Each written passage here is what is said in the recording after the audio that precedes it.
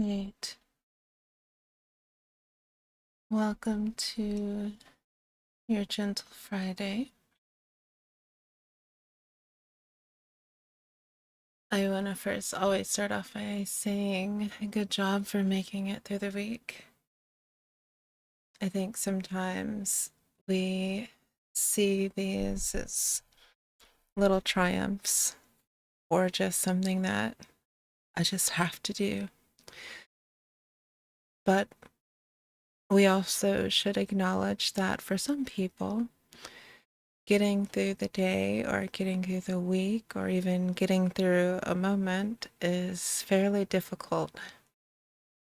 So I want to acknowledge not just the people who have it easy going to wake up and do the things that they have to do every day, but I also want to especially lift up the people who it might require just a little bit of extra effort. So, good job, everyone. I myself am still not feeling too well. So while I normally like to spend more time in our little cat scene in our cat cafe to just take in the nice comfort of being in a virtual cat cafe and the effects of what that actually does when you do that. It reminds me of this video that I saw, and it's interesting when you've watched different people's interactions with cats when they don't have cats or they've never really been around them. Um, I think you see a lot more cuteness in people's behavior than you would expect for those of us who let cats rule our homes normally. And even then, you still get so caught up in just how, mm, I think sometimes how lost or taken away you get into their behaviors, whether it's finding them laying in a sunbeam and watching them just take in all of the warmth of the sun, or watching them attack one of their toys just randomly, or finding a bug or something. And um, one of the things that my little kitten does that I really love is whenever she shakes really vigorously, her front paws always end in this way that sort of seems like she has like this power stance, and she looks kind of like her shoulders are sort of like bowed forward like she's gonna attack you, or like Devo somebody, if you know what that means. And so I'm always just like, oh my gosh, look at your little power stance. And I personally have a Siamese, so sometimes their eyes are just like so big and black with just like the little bit of blue around the edge. But then when she has her more like serious moments, you see just like um that vivid like blue green like crystalline sort of layout in the eye, and it's just really purely amazing. So um and I don't know, I think I've shown a picture before. I actually have a dog and a cat, and my dog is massively bigger than my cat. But they're so sweet to each other. And my dog, she's just constantly like a wellspring of just gentleness and love. And she's not moody, obviously, as cats can tend to be sometimes. Um, but she always entertains my cat and her sometimes wondrous behavior. And they'll lay together, and I think it would be really neat one day to visit a cat cafe that maybe has like one resident dog that can handle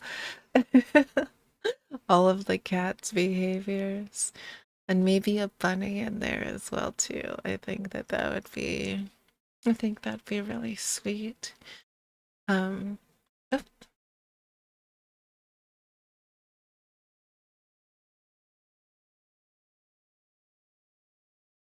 but I myself am always fascinated with oh, I forget to turn our background music on, I'm sorry. I myself am always fascinated with different animals interactions with one another. And I think it's really cute animals that grow up together and they adapt to one another's behaviors, and they're sweet on each other. I think that's just always so fascinating to me and so sweet, and I love that so much. I'm just like, yes, all animals be sweet to each other. So I think it's really cute when that happens. But I think all animals have the ability to give some sort of healing, whether it's slowing down your anxiety or just sort of giving you like the notice to pause, which is something that my cat does. And my dog does it as well, just in a different way. My dog more so will sort of like push her nose on you, like, hey. And my cat, on the other hand, she will come to my lap and she'll like push me back. Like she'll make me lay down. And I think that that's really interesting. My that the cat and the dog have this way of kind of being like, hey, slow down, or like get your mind off of whatever it is that may be bothering you. And I think that that's really amazing that no one taught them that and they just sort of know what to do. Um, so I I try to imagine what uh my life would be like if I didn't have any pets. And I know that there are some people that either can't have them because of allergies or just housing restrictions, or maybe they just don't want them at all. I don't think that you have to like always want a pet, because it is a big commitment to have, and then obviously you're going to hopefully live longer than your animals, so that way you can always be there to take care of them. But that's also something that I think I don't think we really ever think about the ending of things. um, when we do anything, actually. We're so fascinated as, well, in the human realm, I should say. There's such a fascination with the beginning of things, but very rarely do I witness people bring attention to the ending of things until the end has happened. But there's no forward thinking, and one day I will not have this. One day this person may not be present in my life. One day I might not have my favorite car that I've spent, hours of fixing up, or, driving and being a part of, a car club for the particular vehicle that I have, or a number of things that are like that.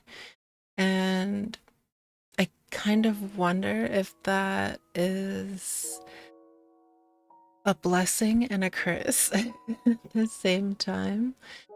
Because I think if people had to think about something coming to an end before something even started, that maybe they would never start it at all. Um, of course, here is your dream siren. I always encourage people to go after their dreams. So if we were to apply that scenario to a dream, um, do you think that you would start your dream if you knew that one day it was going to come to an end, this thing that you've longed for and literally dreamed of, um, that one day it would no longer be here?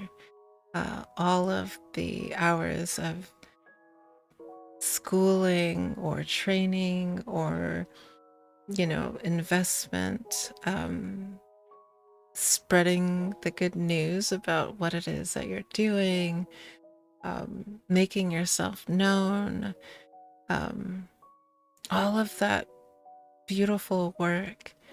And then one day it's just non existent. And I don't think that there's a lot of things that you can not understand that there will be a natural end to it, that it shouldn't be a consideration. You can even look at um, doing live streaming, for example. One day, you will not have your broadcast anymore, but your thoughts live on as a memento of what you've been doing. So in a way, that never dies and the essence of you never goes away. And I think that that's really beautiful. If you happen to be an author, your book will always be on a bookshelf somewhere, whether it becomes a used bookshelf store or whether you become such a world-renowned artist that your books become, required reading materials for universities or, primary schools. Um, we can leave a legacy in life, which I think is a really beautiful way to think about the ending of something instead of thinking about the absolute stop that can come with something. How can we reframe these things as something that we can immortalize or something that we can leave as a legacy in this world? And I think that that should be something that is more considered when you're building your dreams. Um, what is this going to leave behind, and how can I really immortalize my name? Um, and maybe that will give you like some extra ideas. I think about, for instance, oh gosh, what is the name of it? Inkobini, I think. Is that, hold on, I gotta look it up. There is this new Inconveni, yes. It is a new um game that will be coming out at the end of the month on the, is it the 29th or the 30th? Let me double check and actually plug the, I'm looking forward to this coming out. We absolutely are going to snatch up a copy. In fact, I ordered today. I ordered the limited edition it's like a limited edition box that they put out, and I ordered it. Um, and I haven't gotten anything limited edition for a game in some time, so I'm actually really honored to be able to get this limited edition pack for this game because I really want to support the creators. Um, I think I have shared before that I previously lived in Okinawa, and one of my favorite things to do was to go to the convenience store and warm up my little salmon and rice.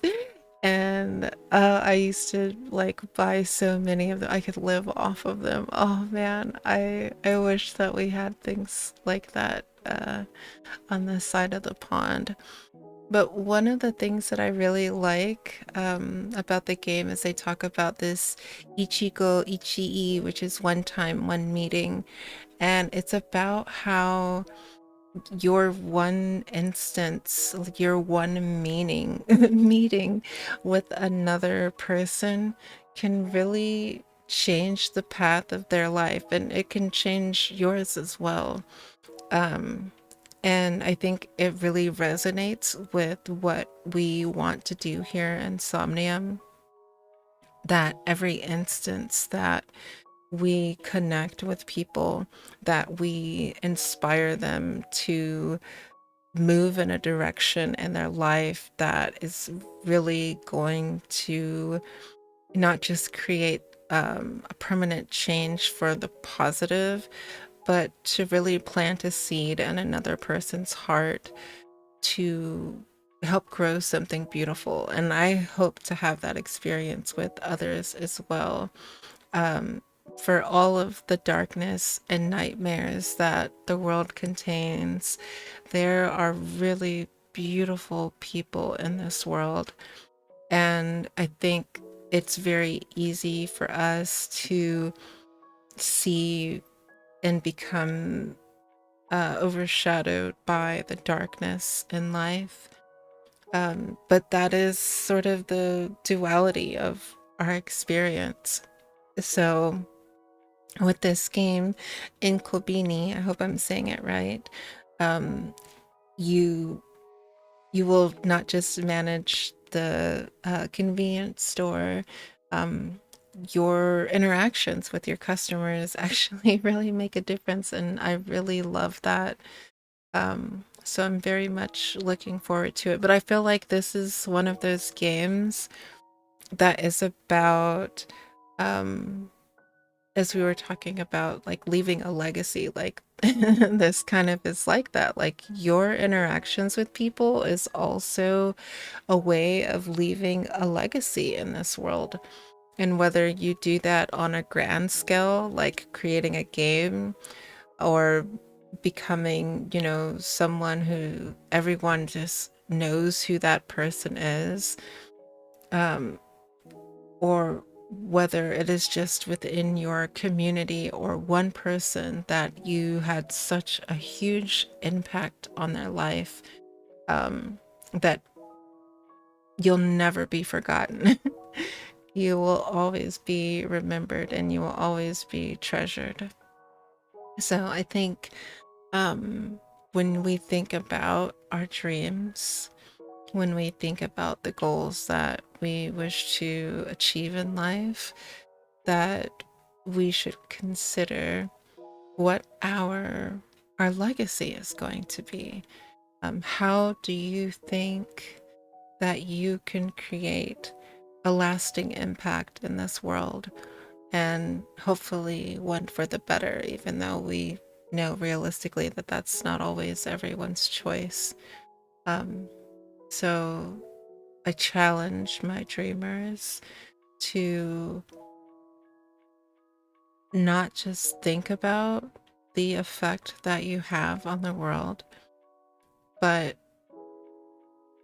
I challenge you to really be conscious about your interactions with the world around you. Really be conscious about your interactions with yourself, because that also equally has a long lasting impact on the path that you travel in life.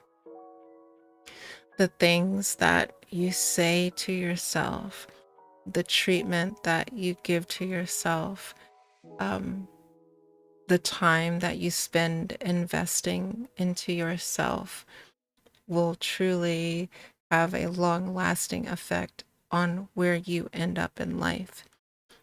And I think sometimes we enter this world at the choices and decisions of other people. But it's really, really important when you are striving for a dream before you even know how to name that dream, while it is cultivating in your heart and in your mind, that you are able to distinguish what other people's desires or wants are for you, and the desires and wants that you have for yourself, so that you don't allow somebody else to muddle your dream, to influence your dream in a way that you originally may not have wanted. And sometimes that's really hard to see. Sometimes it's hard to stop because something can sound really, really good. And you're like, yeah, yeah, yeah. And you feel really hyped up about what somebody's saying, even just because someone has an interest in what you're doing. Um, but that doesn't mean that you need to take in everything that is told to you. You should be able to take all information, no matter what the source is, research it in your own time, and gut out the things that are not in line with what your original thoughts are for yourself. And I know that it is very commonly known that the decision making area of the brain, the frontal lobe, is not really developed until sometimes the mid 20s, sometimes 30s for some people. And I really encourage people to not necessarily settle on a path at such a young age. And I think many societies, many parents will do that. Will push uh, a youth in a direction that they think, this is what I want them to do because these are the talents that I see for that person. But that person needs to make up their mind themselves. And to have such a heavy influence on the brain and its decision making processes when it comes to what you want to do with your entire life, I think it's kind of dangerous sometimes when you see institutions, parents, teachers, and things doing that with an individual before that person really has the ability to figure out, like, who am I? Who am I and what do I want in this life? And you can even see the effect of that with societal norms, quote unquote norms, because now look at how many things that we've been told are not normal and what things are normal. And you see this push against the grain, um, globally, even, where people are like, I don't want to work a 9 to 5 and sit in an office all day and be, away from the sun. Or, like, you know what I mean? Like with under these bright fluorescent lights and just sitting, typing away all day long. Um, when you give people the opportunity to figure out on their own, like, hey, maybe I want to, do this or become a philanthropist or go into archaeology or become the next Van Gogh. You just you never know. Maybe I want to be the next Christopher Nolan, you know, like maybe I want to be the next Junji Ito. Like you never know what you're truly capable of doing, and it's harder to do that when the world is already telling you what direction you're going to go. So even if you are someone who, you know, has been through several careers in life, and you know, you get your, what is like your IRA, your retirement or whatever, I don't know what it's called. You already are, you know, in your retirement years or whatever, like you can start over. You can remember the part of you when no one had confined you to a certain path, and you can go back to that little part of you and ask, well, what was it again that you wanted to do? What was that dream that you had when we were this many years old? Um, what were those drawings that you used to save that, you know, you said one day we were going to be the next big comic artist? Like, or the kid who, you know, used to collect rocks, you know, who really like maybe one day wanted to, you know, dig up our history that is so undiscovered. Like think about the fact that we don't know the vastness of the ocean floor, for instance. My allergies are so bad I can't stop rubbing my eyes. Sorry. um but think about how we didn't have the technology to really explore the ocean floors, or, you know, send someone back out into space again. And now look at what we're doing. I think I saw a documentary recently about the Titanic and secrets that we didn't have the capability of understanding or knowing before, that we've made some new discoveries with that. Like that's so neat. And obviously like Artemis, like there's so much that we have Space Force now. Like there's so many things that I'm sure many people never thought that they would have the capability to do as a quote unquote job or as a dream. But as technology advances, I think that expands the mind's ability as well to say, hey, I want to do this. I want to make a car that runs on water. Like, there's just so many neat things that you can do. So, you know, I want to implore you, no matter what age you are, no matter if you've been retired before, no matter if you're just starting college, no matter if you've never set foot in a school before, there's a part of you who's always wanted to do something before anybody told you that you can't do it. And I want you to start spending time with that part of you and ask, like, hey, what did we want to do again? What did you want to do before someone told you you can't do that?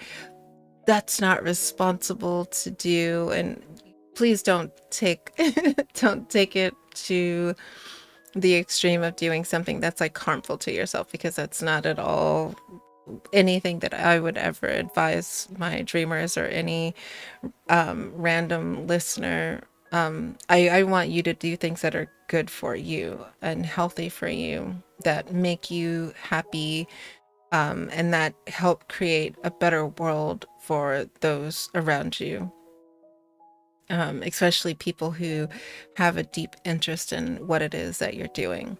Um, I saw a funny a funny news clip the other day about this and this should inspire everyone, about I think this like 95-year-old grandmother that her family was worried about her. I gotta find the article because I don't want to misspeak. Hold on. Um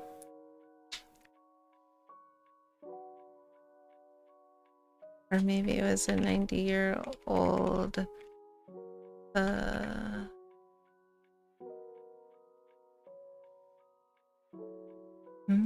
oh, okay, yeah. It was a 91-year-old woman was her family called the police to have them do a welfare check. If you're not sure what a welfare check is, it's when you can call your non-urgent line. That's the most important part of that. Please call the non-urgent line of your local police or your fire department, and you can ask, hey, can you go by and check on such and such? They're elderly or they're disabled, or they're young and we haven't been able to get a hold of them. And they will go at whatever time and go by the house and gently knock and say, hey, people are worried about you. You okay?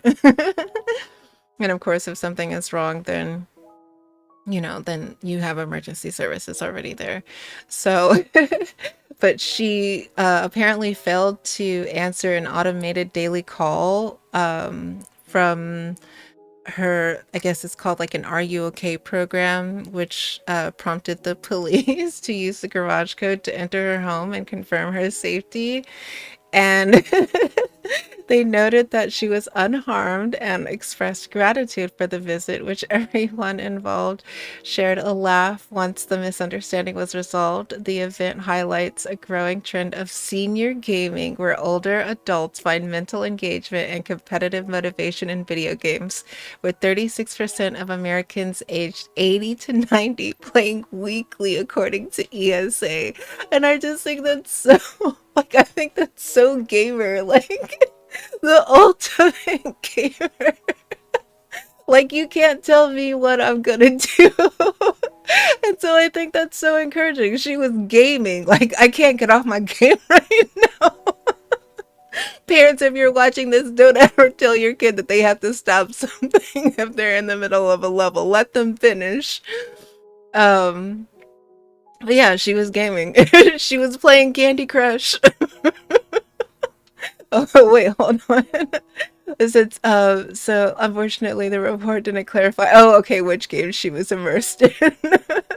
But there's also at the end of it, it talks about a 91-year-old who beat Resident Evil Requiem without help, and a 95-year-old who is legally blind, a grandmother who's kind of a beast at FPS training programs, the Labs training program. Like, that's so inspiring, dude. So all those gamers out there. um, you just you gotta follow your joy.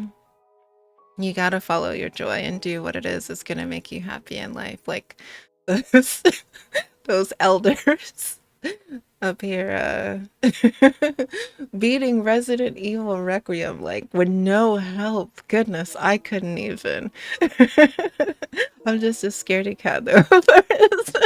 I love my horror. But I imagine if you've lived that long in life and you've lived through so many things, there are probably very few things that scare you at a certain point. You're just like, nah. I still have a very active imagination. And sometimes probably should be tempered. But yeah. So I hope that that all kind of like wrapping everything up before we're gonna take a little bit longer of a break at the top of the hour, because I have not taken time to feed myself. So I want to take a break before we get into our game, Valhalla. It is a cyberpunk esque bartending game. We were gonna play a Lovecraftian game, Dream in the Witch House. Um, but I still, like I said, like, I still don't feel really well, and I'm not too sure. Like, I don't know if my brain's gonna be up for the other game, because it does require a lot of managing of your character, and I don't want to, like, ruin the experience because I'm not feeling good. But visual novels are always good for me when I don't feel good because they'll either read for themselves and we can just make our choices along with the game. I think this one is not, I didn't see anything about it being voice acted, so I will probably have to read, but I'll probably just read in my more like low steady tone. So let's see. Valhalla contains non-linear gameplay, and the game's plotline is influenced by the drinks the player makes and how the customer reacts to them. Yeah, okay, so there is no dialogue options in the game, and making different drinks is the only way to influence the direction of the story. Valhalla features a diverse cast. Also, this is a Venezuelan studio called Sukaban Games, and it was published by, let's just say that's Yesbird, YSBRYD Games. And this was originally released in 2016. And then I think it was re-released in 2019 on like Switch and other gaming consoles like the PlayStation Vita. But yeah, it's a small bar in a dystopian downtown which attracts interesting customers. Gameplay revolves around making and serving drinks to patrons while listening to their life stories. So it kind of reminded me of Coffee Talk, which I didn't want to play that game because I like to try to play games that are not so commonly played. Even though, you know, we're playing like Pokopia. But I like to play and support indies a lot. I think that's really important, especially being a small broadcaster myself.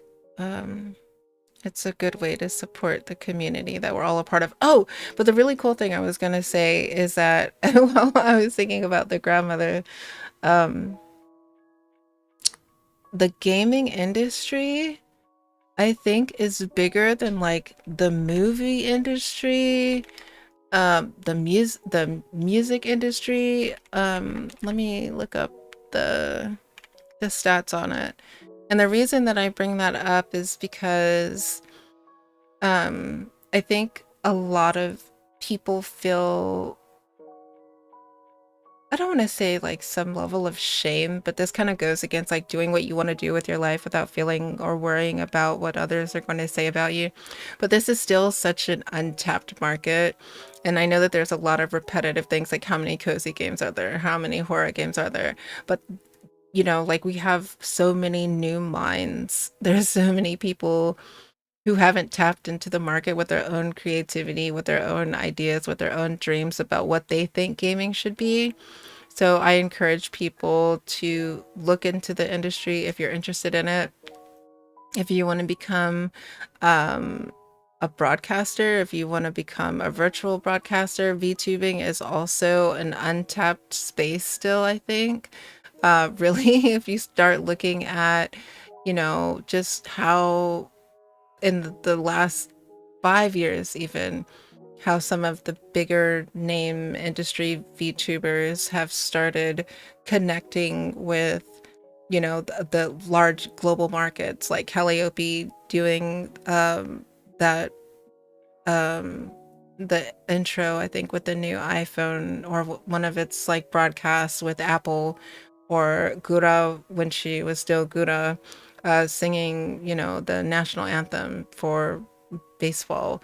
Like that's really amazing. And those are only two those are only two personas doing that I just named. Like there's still so many people out there who can become something to someone, and I think that that's important. But let me read this really quick. The global gaming market is experiencing robust expansion, with Grandview Research projecting growth from $298 billion in 2024. This is in USD to 505 billion by 2030, representing a CAGR of 8.7 from 2025 to 2030. Other forecasts suggest even faster rates, such as Fortune Business Insight estimating a 13.19% CAGR from 2025 to 2035, which would push the market size to 1.05 trillion USD, while Statista forecast revenue reaching 733 billion by 2030 with a 7.01% CAGR. So, they're saying that the key drivers in this has to do with rapid adoption of mobile gaming, which accounted for 49% of the market share. Like, look at things like Where Winds Meet, or some of the games that are coming out of China that are doing really well mobily. Like, I think that is really amazing. And then the expansion of cloud gaming, which is forecast to grow with at 34% CAGR by 2030. And the Asian Pacific region remains the dominant force, holding over 50% of the market share, while free-to-play models continue to generate the largest revenue streams, capturing 52% of the market in 2024. We just need to get get a hold of our gotcha issue because the gambling addiction is really, really real. And we don't want people spending their whole check on a game. But yeah, so there's so many there's so much potential still in the gaming industry and streaming. And we need innovation. We need new ideas for this. And then if you look at Valve, their what is their box thing called now? Is it the Steam box? Steam Valve PC. Oh, the Steam machine. It is scheduled to release this year. And that, like, Linux, hello. Let me nerd out a little bit. Like, there's so much potential. There's so much potential. So there's a lot that you can dream about in this arena, in this field, or anything else that you want to do. And as, like I said, as technology grows and advances, I know a lot of people have their feelings about robotics and AI and everything in that field. But one thing that we have to and cannot ignore is that AI grows exponentially, which means it will only continue to get better. It will never decline. And we need to keep up with that in some capacity. And what I think about when I think about AI and robotics is the ability that it gives people to actually do their hard work. It gives people the ability to come out of the office and do the thing that they wanted to do, especially when we look at things such as a universal income for people, providing livable wages, homes for every citizen in every country across. Like, we have the capability to do these things right now, and by giving people like the freedom to really explore their dreams, like, we really are sitting on the untapped potential of human beings. I was reading a study today that talked about how poverty affects an individual's ability to really become their best person. And I think that's something that people are like, oh yeah, well, that's obvious. But if it was obvious, then we wouldn't have starving children who can't even focus in a classroom because they're hungry. It really makes that much of a difference to just feed someone, to make sure that they have secure food, and shelter and clothing.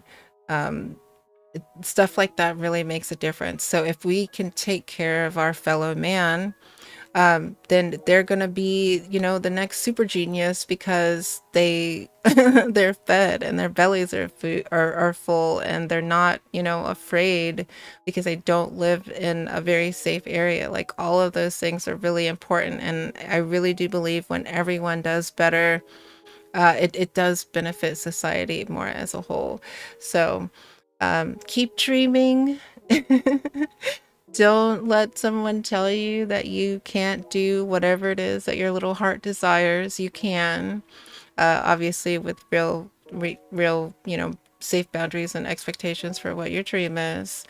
Um, but you just, you never know what you could do until you try. So I want you to try.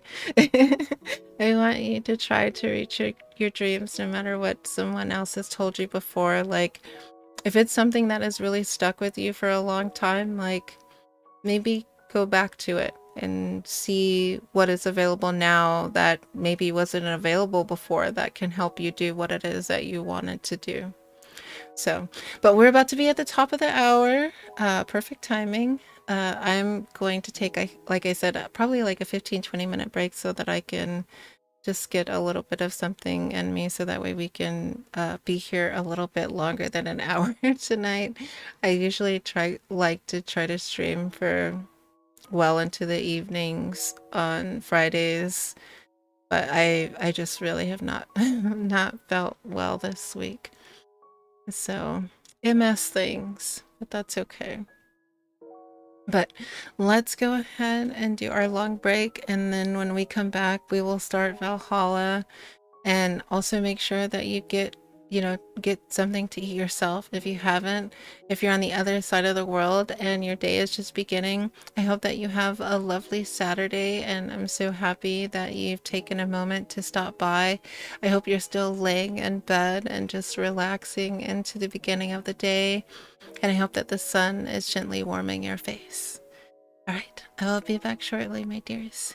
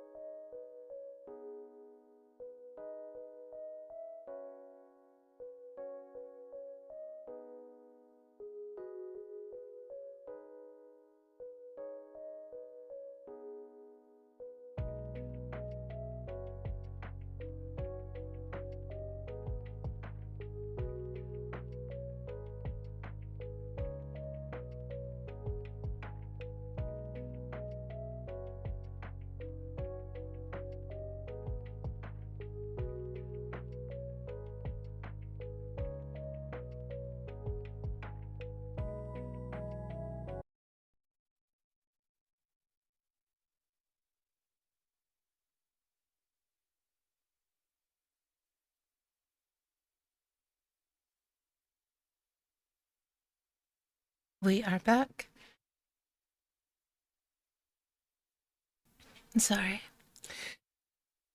And this is our game that we're going to be getting into. Valhalla. I don't know exactly where we should be though. So let's figure that out first.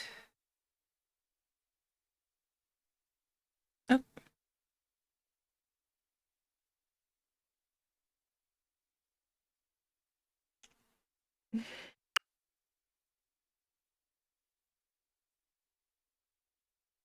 Tsukibon.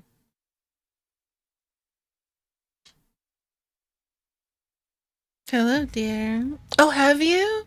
I'm so excited to play it. Glitch City 2070 XAD. A city that shouldn't exist, a tax haven where corporations and criminal empires reign supreme. In this place, all human life has been infected with nanomachines to keep them in check. Oh. Well. I think this is us. Here, brutality in all its forms is an everyday reality. For many, this can be overwhelming.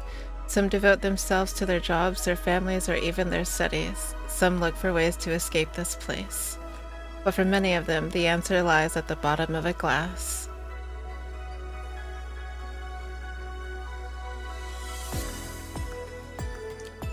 On a small road just seconds away from the main street, somewhere near the slums, you can find the Hall of... That's a mouthful, so we're just gonna call it Valhalla. A small oasis in the middle of a concrete desert, a fountain of spirits waiting for tired souls. And it's here where the story unfolds.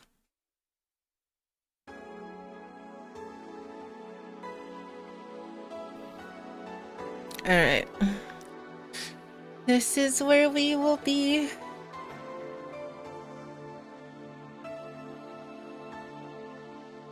Hopefully the audio is okay as well.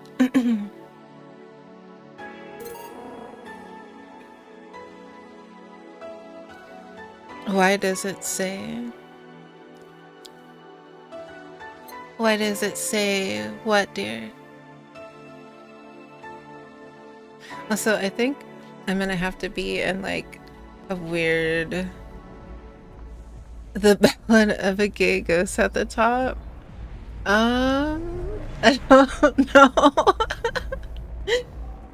But let me adjust myself. I think, if I'm remembering correctly, because I booted this up to just see like what our layout was gonna be, I think I have to be over here in the corner so that I'm not blocking any of the menus. And I might actually need to be smaller. But we're gonna find out. Why does it say that? It's a musical. That's what they're hinting at. For all the thespians. Sure, Gabe.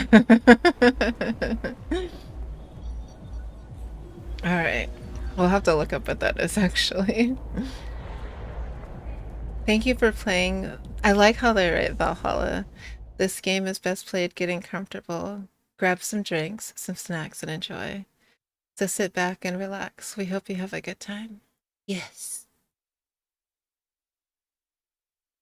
We're gonna hope that me eating helps me feel a little better.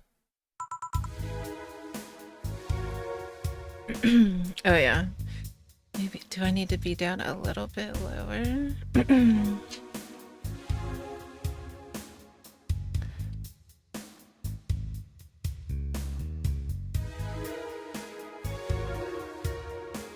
I think that'll be okay. I do too. It's been a tough week. But we will try to make it an hour at least, and then we'll assess how I feel. And if I need to take another break, then we'll see. I don't know.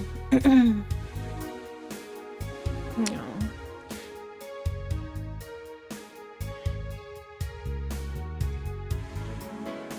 You feel better?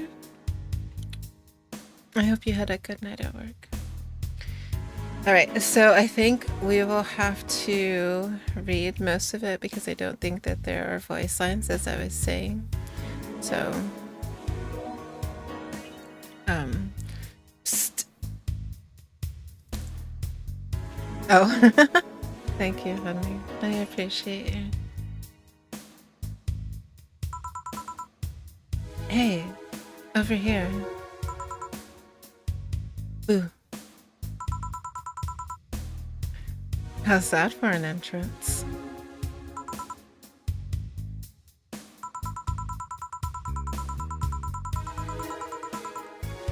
Come on, Joe. Look sharp.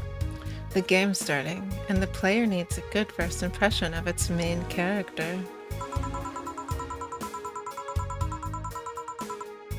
I know you served a bunch of tuxedo-clad corgis over the weekend, and the bar will eventually close.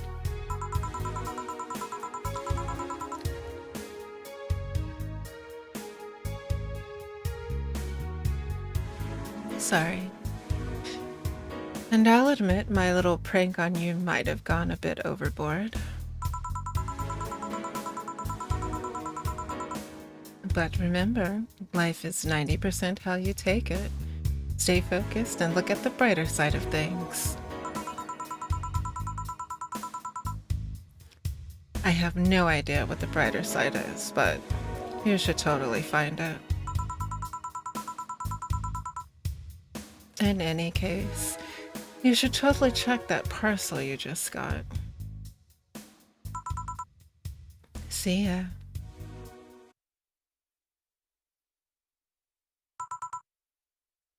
We're chill, by the way. Oh. Oh. Just a dream.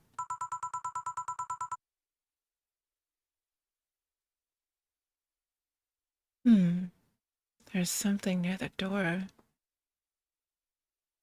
Chapter 1. Primera.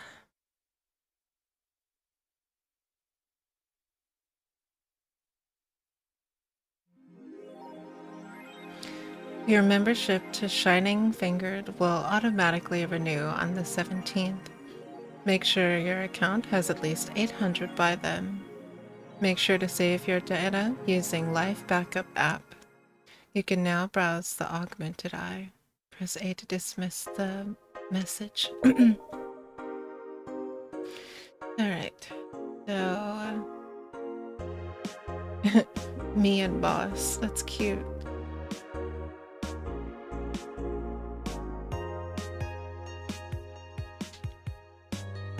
Alright, let's see, what do we have here? I'm assuming this is maybe our phone. Yeah, that's our phone. 4. So, who is that letter from? Nobody.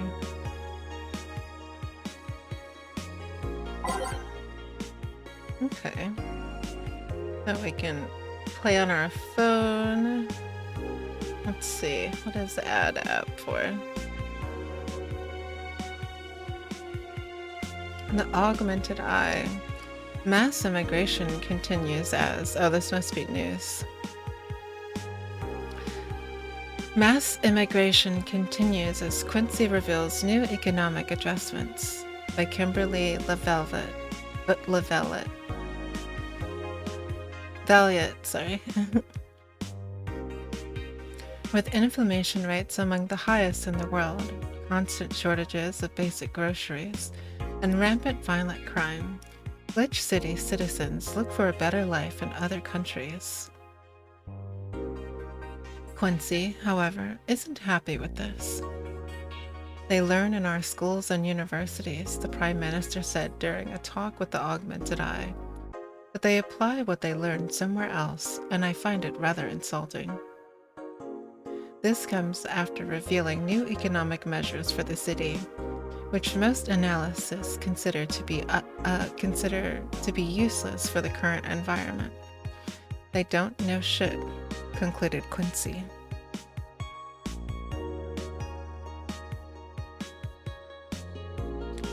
Wonderlanders are the newest threat to your security. If you thought Alice Rabbit was good at cracking the most complicated security protocols in the world, then this new group will certainly blow your mind. They've yet to make an impact as big as Alice Rabbit, but they seem to be aiming very high with the recent threats issued against Prime Minister Quincy. We hold full access to Quincy's email network and will release the whole database this January, the group declared during a stream.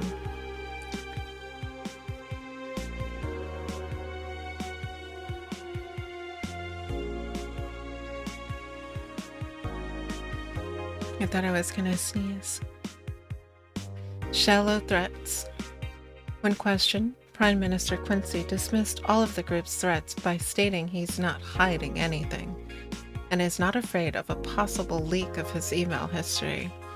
Maybe everyone will get to see what kind of TV I bought last month.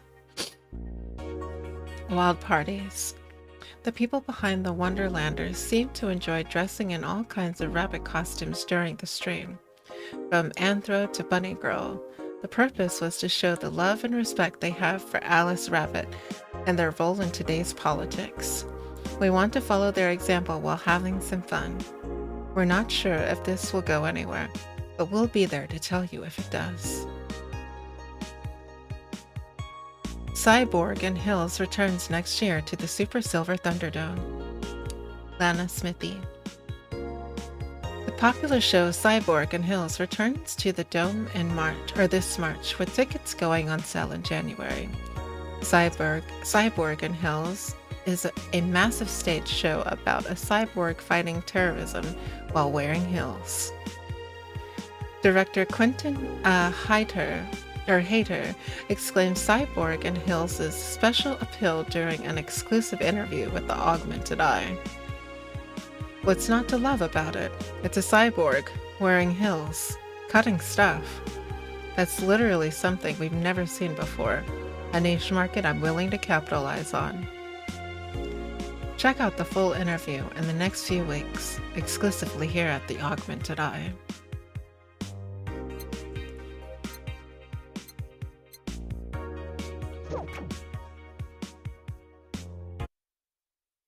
And then we can pick music here. Oh.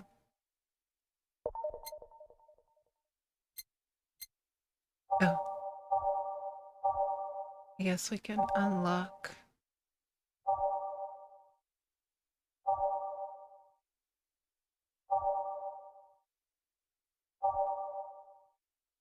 Ooh, what is the dream one?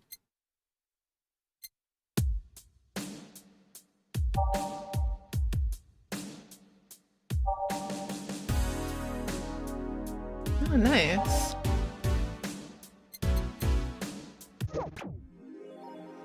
And then we can't do the add app. And I'm assuming that that's to save our file. Yep. Okay. All right, let's go to work. We have a Void Kitty. Yay. Tuesday, December 13th. Good evening. Hey there, Jill. Oh, hey, John.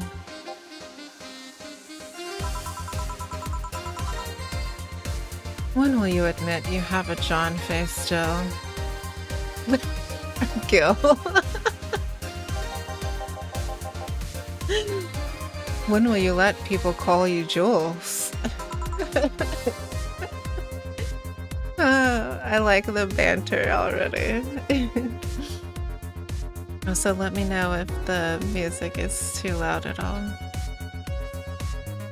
Oh, quiet. Are you okay? You look distracted. Where's boss? Oh no. She went out to buy some stuff and... Did you hear what I just told you? You said something? Yes, that you look distracted. Very, very distracted. It's nothing. I'm just thinking about stuff. What stuff? Well, I have to pay rent by the 30th, which is always stressful, and there's also the fact that I spent a full hour yesterday apparently talking to myself. Not to mention the fact that 2 days ago I found out the bar is at risk of closing. So not only is my life being shaken up, I'm apparently going crazy.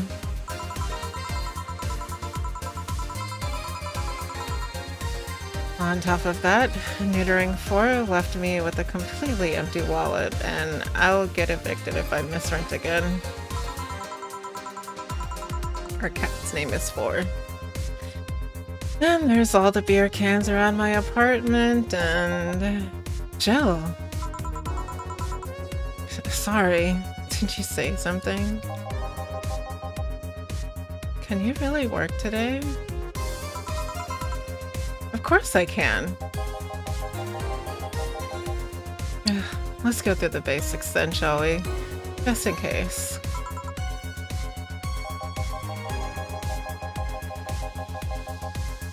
If you can make a piano man, I'll skip the rest, but bear with me for a second here, okay?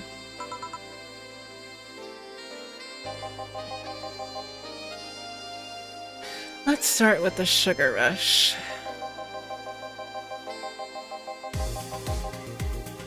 Look for the recipe using the navigation bar in the recipe book that will show up on the top left.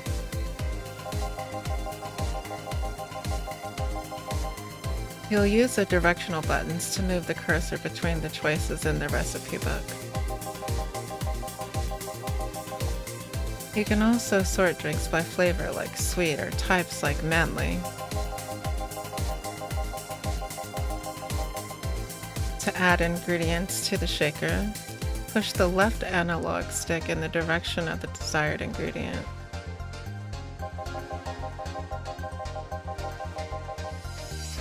While the desired ingredient is highlighted, press A to add 1 unit of that ingredient. Go. When you're done adding ingredients, press ZR to mix the drink, then press it again to stop mixing. If the drink is properly made, just press ZR to serve it, and that'll be all. Oh, I also wanna... What? Oh, I think I figured out why... No.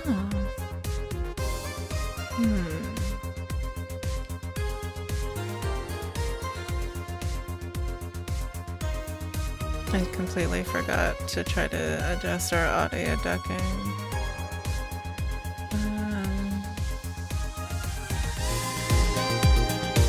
Oh, that was definitely not it. Sorry.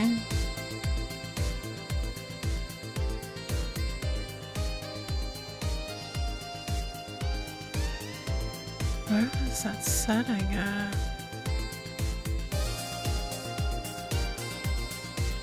I made it sound. Oh, okay. Thank you.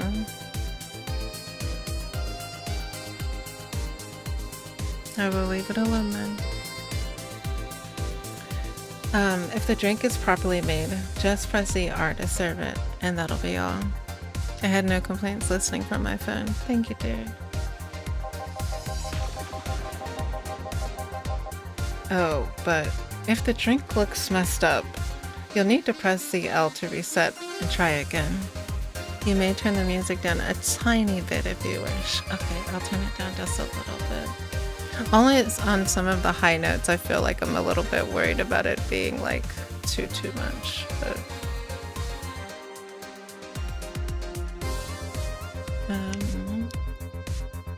let's see.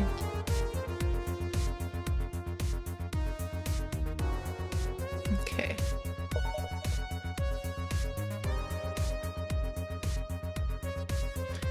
Oh, but if the drink looks messed up, you'll need to press the L to reset and try again. You can use the L to reset at any time, even when the shaker is moving. Don't be afraid to use it.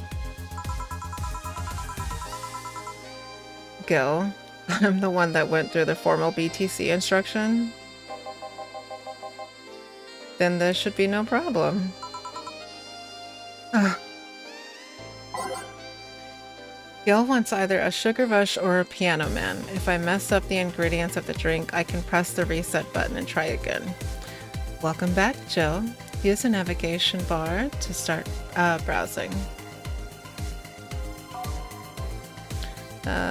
What was the piano man? A piano man, $320 for a drink! My heart. I wonder how much our rent is gonna be. Oh my god. Is 2 Adelhyde, 3 Bronson extract, 5 powdered delta, 5 Flannerguide, and 3 Carmatrin. Drink. Rent was 800. No, was that what the rent was? Alright, so all on the rocks and mix. This drink does not represent the opinions of the Bar Pianist Union or its associates. Sour, promo, and strong. Okay, and then... Oh.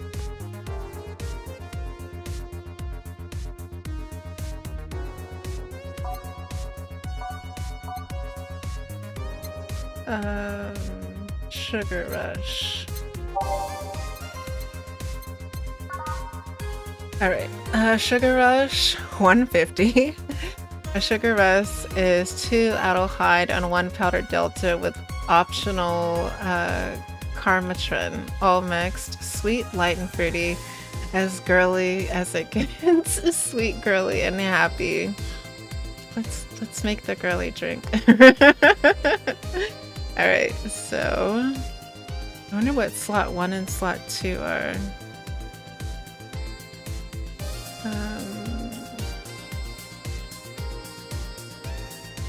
Wait, how come we can't go down? Uh-oh.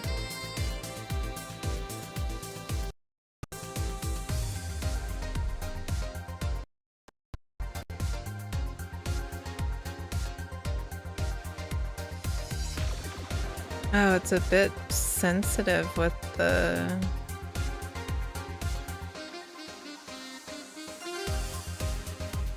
left toggle. Okay, well that's okay. And it's optional to add this one, so we'll add one. Okay. And then all mixed. Is there ice? What does aged mean?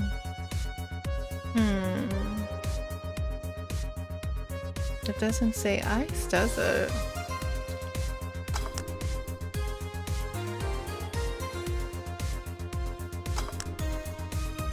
Oh, okay. And then serve. Here, happy now? I get a sense that we have a little bit of sass. A little, but not quite. Let's do one more. I know. Please humor me for a bit. Some drinks need to be blended.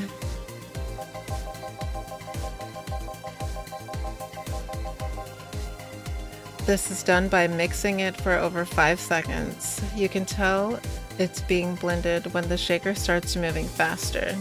Yep.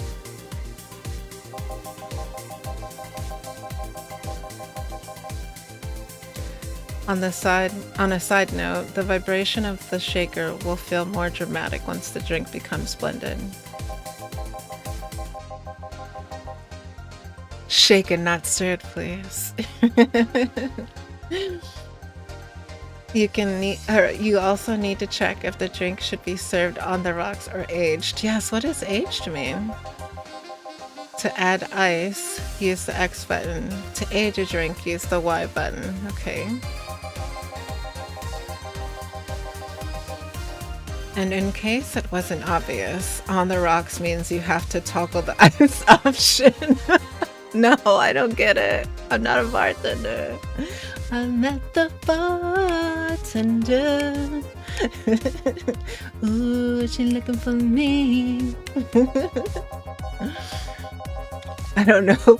Put in the time machine and make it expire. That would be so perfect for this. It should be noted that the mix or that the station will add the ice after mixing. Oh, okay. So it'll add ice after we mix the drink then.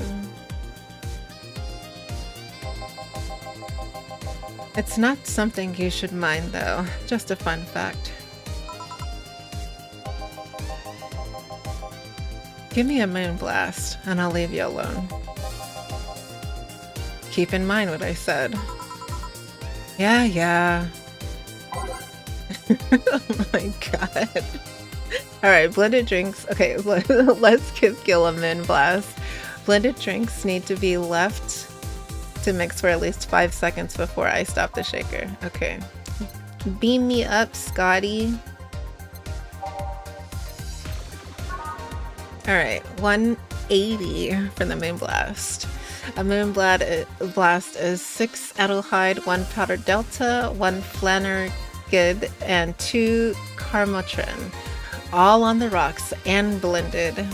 No relation to the Hadron Cannon you can see on the moon for 1 week every month. Sweet, girly, and happy. Alright, let's see. So we need 6 of you.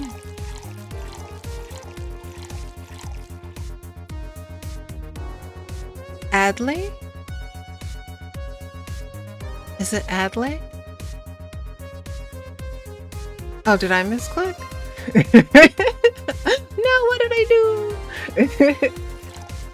1 Delta powder, 1 Flannergid.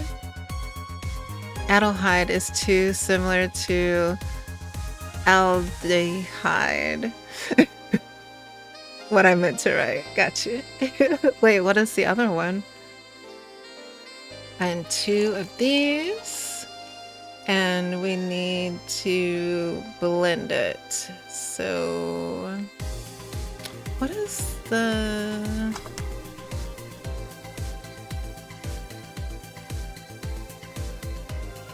What? Oh, it's pretty. Now we need aldehyde is what your liver turns to alcohol. That's so interesting. I.e. ethanol. That's so cool. I'm pretty sure they probably were doing some wordplay with that. All right, let's add some ice to it. And let's see if he's gonna be happy with it. Uh-oh. Did I mess it up? A potent carcinogen and the chemical that makes you drunk. That's really interesting. Okay, we have 6 of the Adelhyde,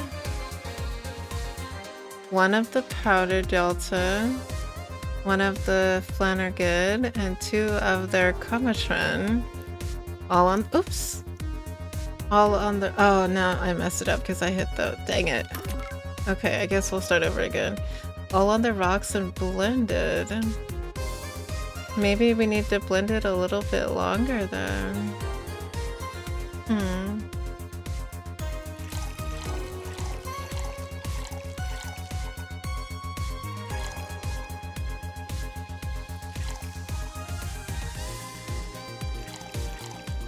Alright, mix.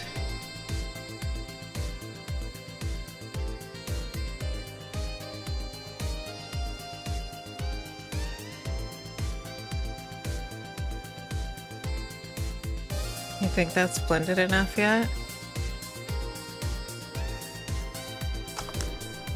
Why did it fail? Oh my gosh. Wait.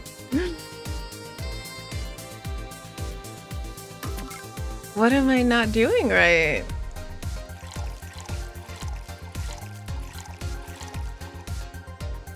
One, I'm gonna have the recipe memorized by the time we get done with it. Okay.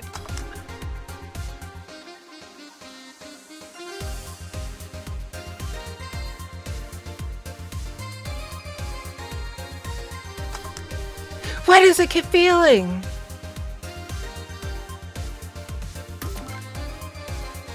Is that really... How long is 5 seconds? How long is 5 seconds in the game? 6 of that. 1 of you. 1 of you. 2 of you. And I don't add the ice now, or do I? We're gonna add it anyway. And we're gonna see if that's where I failed. I could have swore it said that I can add the ice after.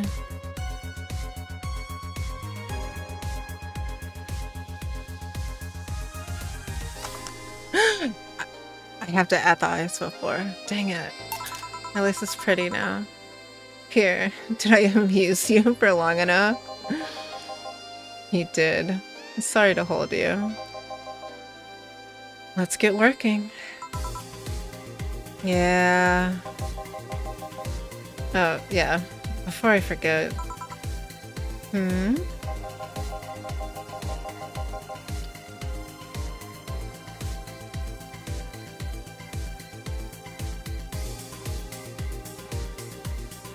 You can make any drink big by doubling the amount of ingredients. But if the recipe already has over 10 ingredients, the drink is already big. Oh, and if a recipe says it uses optional karmatrin, it means you can use none or fill it to the brim. Oh, okay. Optional karmatrin doesn't count towards making a big drink, of course. Okay, so that doesn't count towards big drinks at all.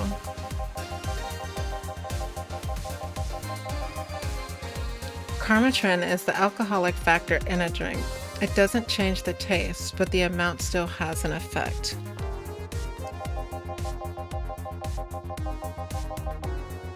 If you add too much of it, the client will get drunk faster, so please be mindful of that.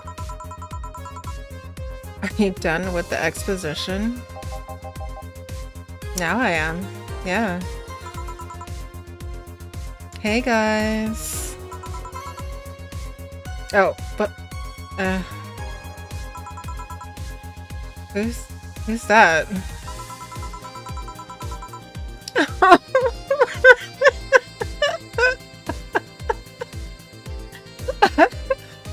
Let me try to not laugh. Oh my god. I don't know. I found her while I was out shopping. Why bring her here? Well, it's either leave her outside at the mercy of society's finest or bring her unconscious body in here. She's going to make such a ruckus when she wakes up. You know that. That's up for you to deal with. I'll be in my office. Is that our boss? You can't just push that responsibility onto us. We have work to do, damn it. There are 2 of you. Believe in yourselves.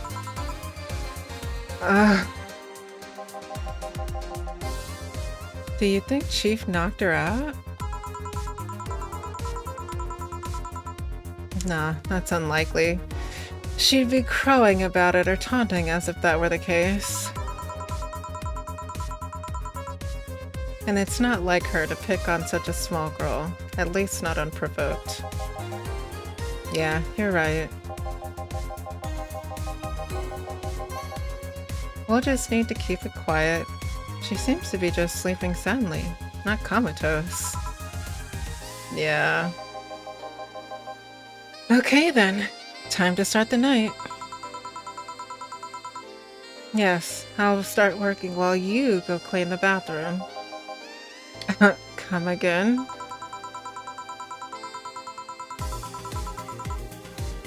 While you spent the whole weekend and Monday doing God knows what, we've had some interesting clients come in.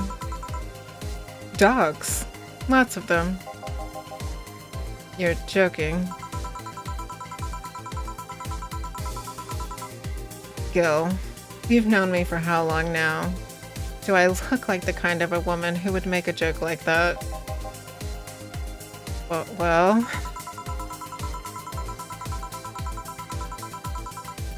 So, as punishment for leaving me to deal with all of that on my lonesome, you'll be in charge of cleaning the bathrooms. Have fun. Just that? Fine, I see no problem.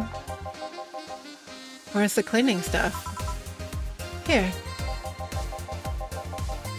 You brought that from home, didn't you? That I did. Fine. With that out of the way, let's play some music on the new jukebox. This model needs to have all of its 12 slots filled with songs before it can start. I wonder what the logic behind that decision. Alright, add songs by choosing titles on the left, swap any 2 songs by selecting them consecutively, or remove songs by pressing X. Oh look, it loads up a little preview.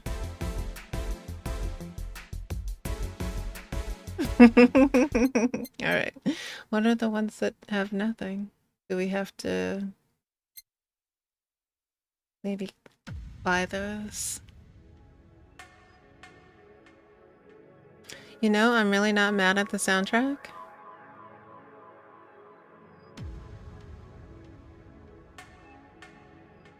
We have 12 pages of songs.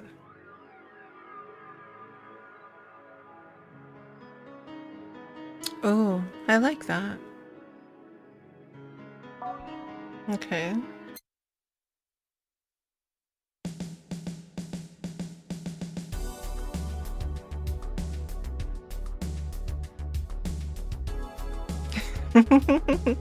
Okay, we'll put that one on there because it says Welcome to Valhalla. Oh, and Every Day of Night, of course. Because it's always night in Somnium. Commencing simulation. Okay, we heard that one. Let's see. Drive Me Wild.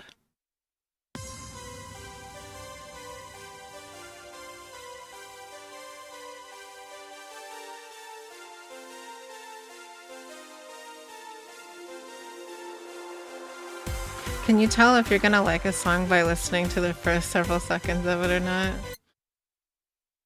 Good for health, bad for...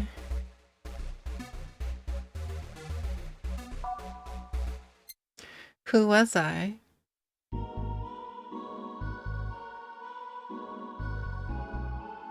We gotta find some nice, cozy Friday bartender music.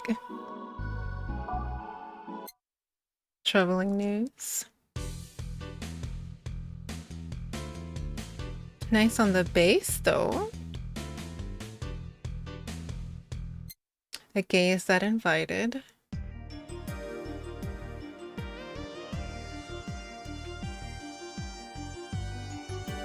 Oh, I like that one too. There's our hour reminder. Please take a moment if you need to and allow yourself to get re-cozy-fied. Grab another drink. Do whatever you need to do. Is it 10? 9, okay. 1 more hour until we do our lockdown for the night. Un momento. Un momento. No, it is un momento.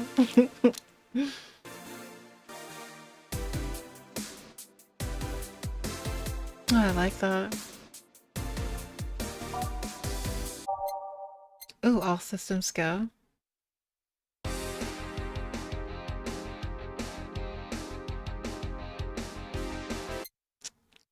Where do I go from here? Maybe a little bit too slow. We gotta get past the intro to see.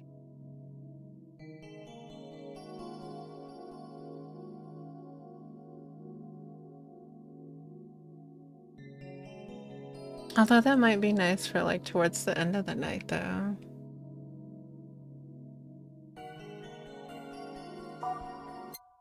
Will you remember me?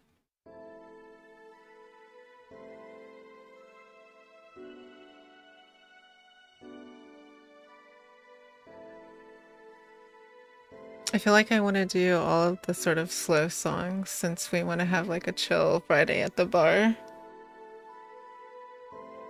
But we're also only on page 4. Okay, so maybe on the Will You Remember Me, everything will be okay?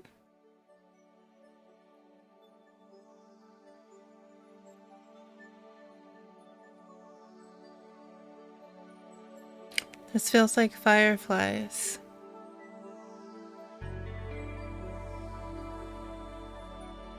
I like that one. March of the White Knight, I'm assuming.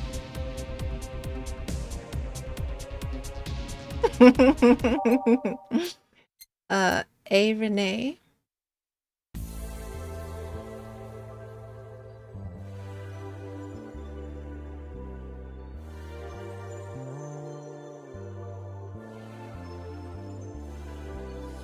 Okay.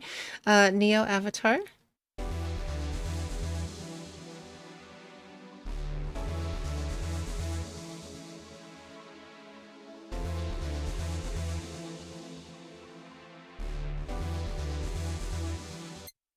Those Who Dwell in Shadows.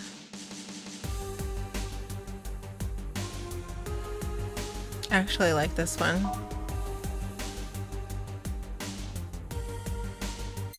Nighttime Maneuvers.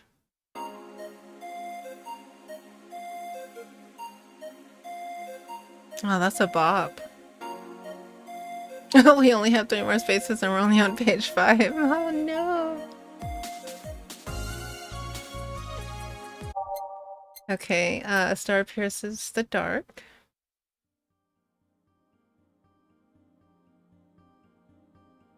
Oh, that's a pretty intro. Oh, I do like that. Synthestitch.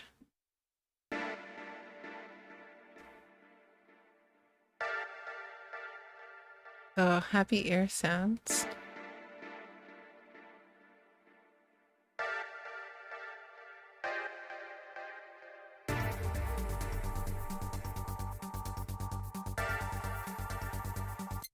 Snowfall.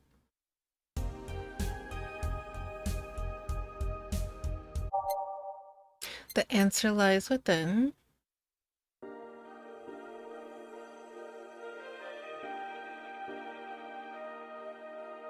It's pretty.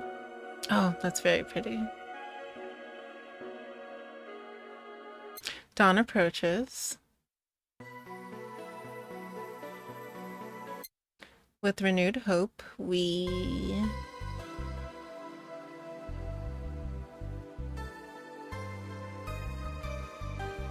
I kind of like that. Reminiscence.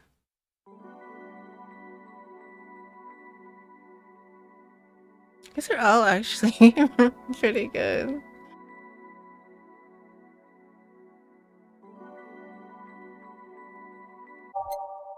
Okay, Digital Drive.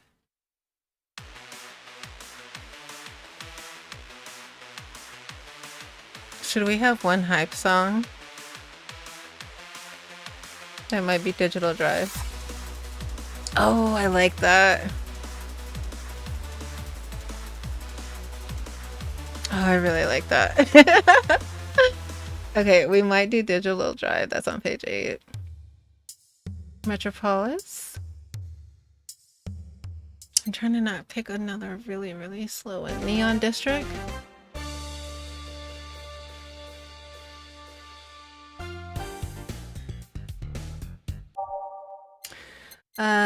Karmatron Dream. I think that's the one we were listening to on the phone for a second. Skyline.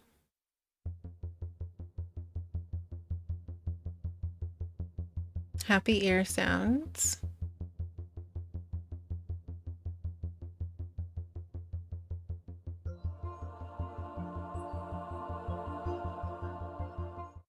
Dusk.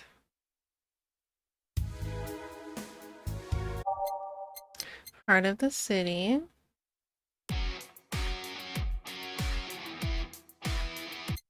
A city that never sleeps. Ooh.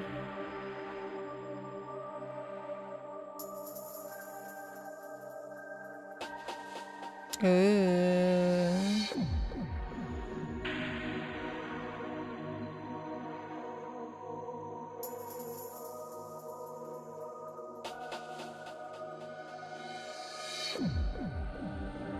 Okay, base of the Titans.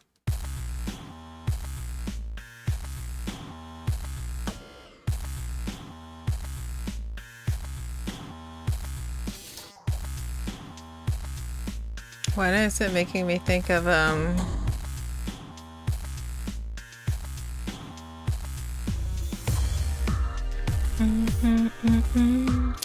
bringing me down, down into the ground, screaming so sound, bringing me down. Who is that?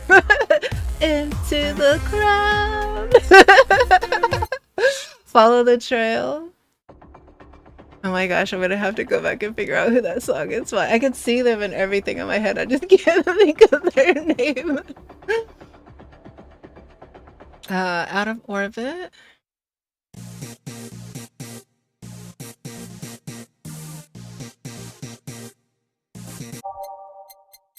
Tense.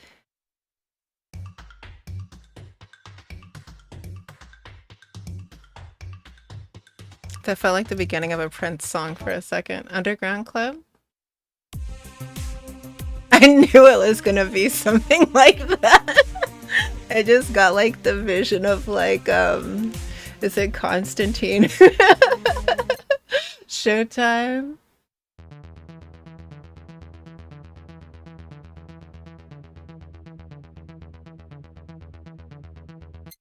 An alternate reality.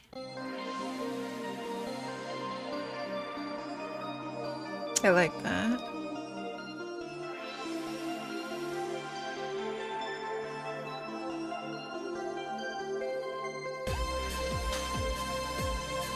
Okay, so it might be that one and the one that's on page 8.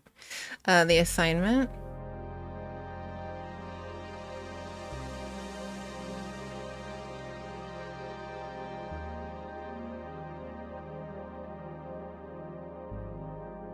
I like that.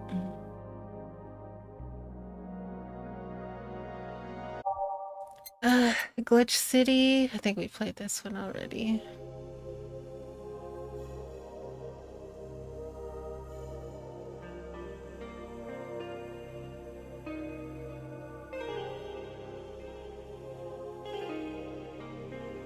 These are all really good. Ari Snowfall.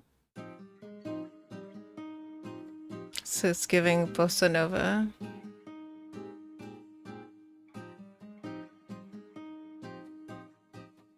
And RE Base of the Titans. Ooh, I like that.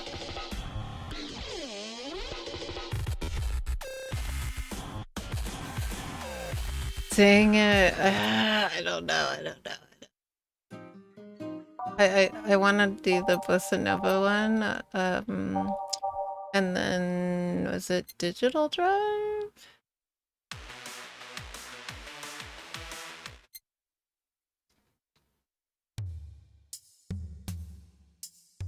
I think it was. Yeah. Oh. Poppy Digital. Ready. Awesome. Time to mix drinks and change lives. Hey you, get me a beer. Do we even have that as an option? Oh, sure. Right on it. He wants a beer. He looks quite the big guy though. Do we have beer? Really? Oh.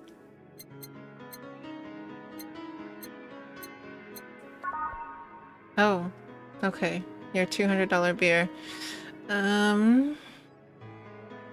One of you, 2 Bronson extract, 1 powdered delta, 2 Flannergood, and 4 of the Karmatrin, all mixed. Traditionally brewed beer has become a luxury, but this one's pretty close to the real deal. Bubbly, classic, and vintage.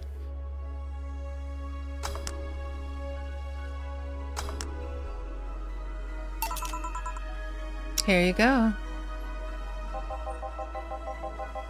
No.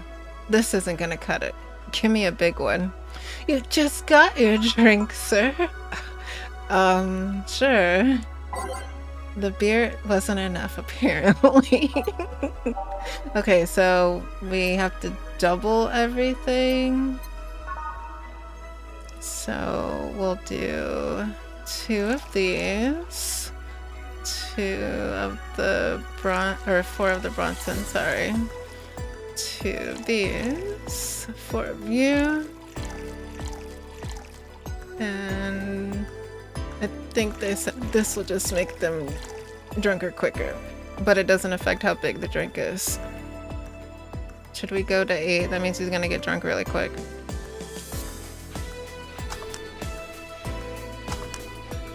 Why did it fail?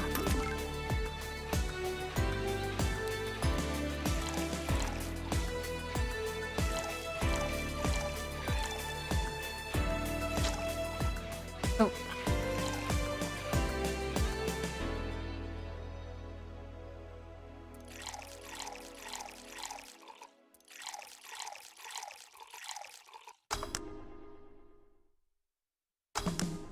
Why does it keep failing?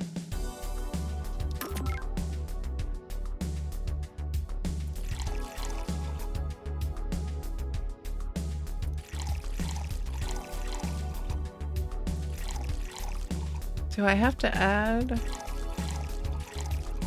8 of these?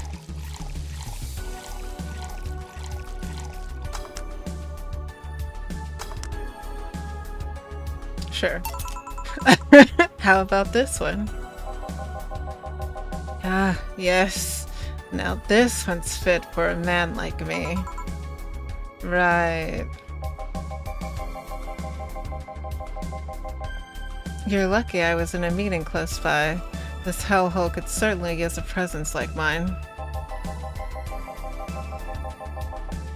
Although, to be fair, work has taken me to worse hellholes, like New Jersey 3. Or the 3rd. Huh? What kind of work do you do, mister?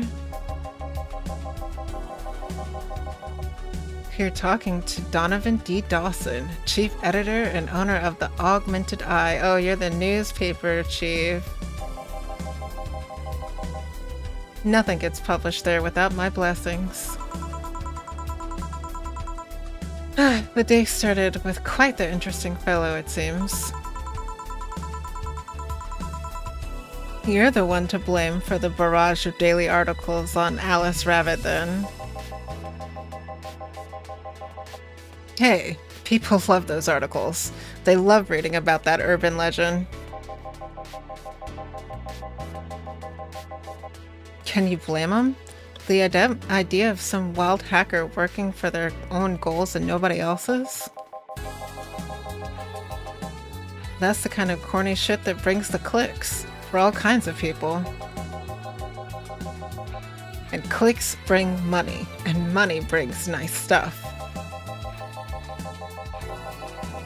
Stuff like cars and houses and plastic surgery for the missus and her kids.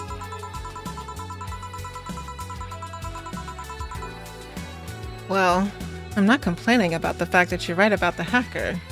Just that you write about them every single day. Some of it isn't even news, just speculations or copycats. I can't read your newspaper's daily feed without running into at least one article about Alice Rabbit. Well, first of all, I don't write about it, my interns do. The poor bastards think it'll help make them full-time employees. I'm just capitalizing on the topic while it's popular. And second, you're tired of one article about a supposed hacker? But not all the daily stories about murders and other horrors? Well, I always filter out that section. I don't want to start my day scared and bitter. I have enough pressure and problems as is. I don't need to add Glitch City's lovely citizens to the list.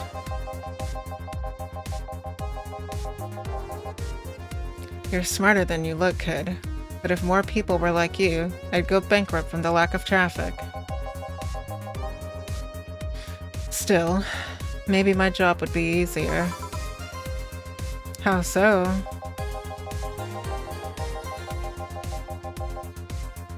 People get people get bored of a certain kind of news after seeing it repeatedly.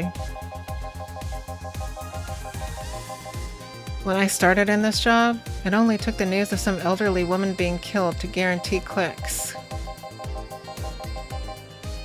Now you need an elderly woman carrying a sick baby boy getting hit by a truck. Oh my god. That's not enough. They need a full sob story behind it.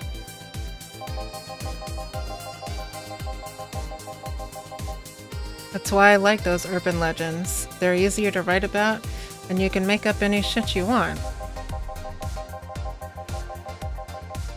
Spam them while they're hot, and while even people like you, people who avoid the murder stories, will see them.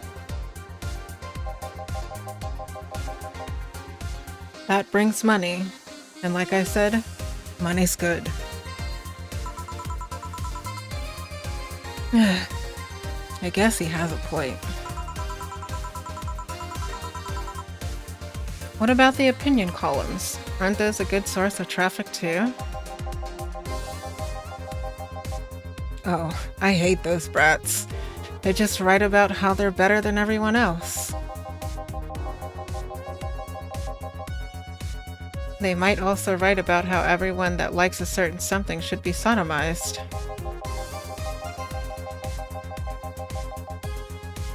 The worst part about that is they know half of our clicks come from them, so they get all diva-like on my ass. I think you're being too harsh. What about... No, wait. I was thinking of another newspaper. Yeah, the columnists on your page are annoying. See? The kid on the restaurant critique column? Shit. Forgot that brat's name. Restaurant. I believe that's... that kid. Couldn't care less about his name. Anyway, his column is the least visited of the bunch. He gets less hits than the obituaries. However, he insists that I keep paying for his adventures to outrageous restaurants. I wouldn't have any problem with that if he actually wrote about half of the places he visits. How so? He rarely writes about the places the newspaper sends him to. I've even heard he tries to get free meals by proclaiming that he's a food critic. Poor bastard only gets laughed at when he says that. I do remember some guy coming in here asking for free drinks and saying he was a critic or whatever. Did he look like a fat kid with a really small face? No. Wasn't this one then? Anyway, all this talk made me thirsty. Try to give me a beer this time, please. Coming right up. Beer again. This man likes his beers. They come cheaper in bulk at the store, though. Alright, let's give him another beer. Wait, are we making it a double again? Let's do it and see if that makes it the difference of real beer for him.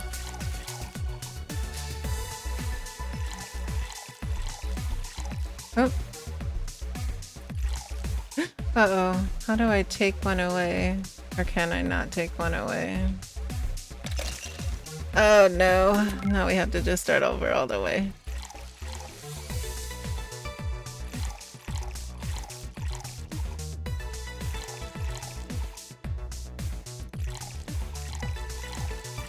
And then 8.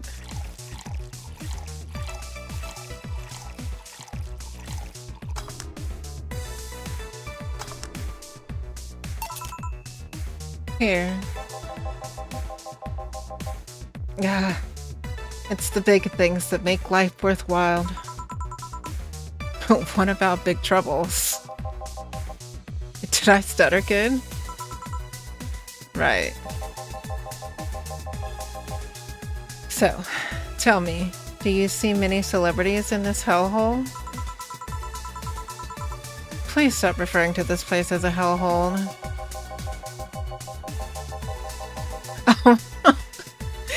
If a place smells like soap and dog piss, I'm within my constitutional right to call it a hellhole. I'm doing my best here, thank you very much. Who is that? Nobody important. Hey, I heard that. Don't be offended by what I say, kid. I'm insulting the building, not you. You can think of it as a small hole in hell rather than a hellish hole if you like. Charming. So, celebrities. Not really. At least, not that I know of. Why? Well, to begin with, you have a serious VIP as a client, but I don't see you losing your shit. You're not making me feel special, honey. And second, because I'm always up for gossip regarding famous people. Especially the red carpet kind of famous. Those folks people tend to love but actually want to see fall from grace. Pretend to love? Fall from grace? Why do you think that gossip about famous people always sells? People pretend they love celebs, but what they really want is to see their idols torn down to their level.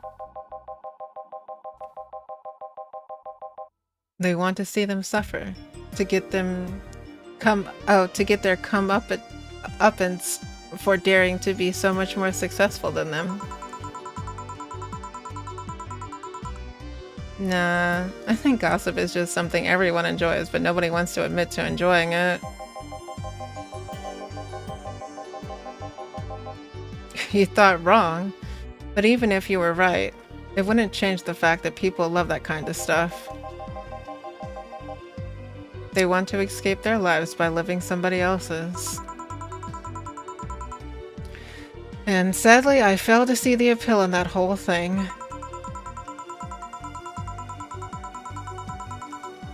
What do I care if this guy I saw in some random movie was wearing socks with sandals or if they're dating God knows who? Granted, socks with sandals is practically a public indecency, but still. Oh, please. As a bartender, I bet you have a strong voyeuristic streak. Your kind always loves to hear that stuff. Just like hairdressers. This sounds hypocritical coming from you. Even if that's the case, I don't sensationalize what people do. I don't make it more than that person you know from TV acts like a human. Sensationalize is the key word here. Just the other day, I saw this committee judge bitching over what some girl was wearing to the store. No matter what you say, these people don't exist solely to entertain the public.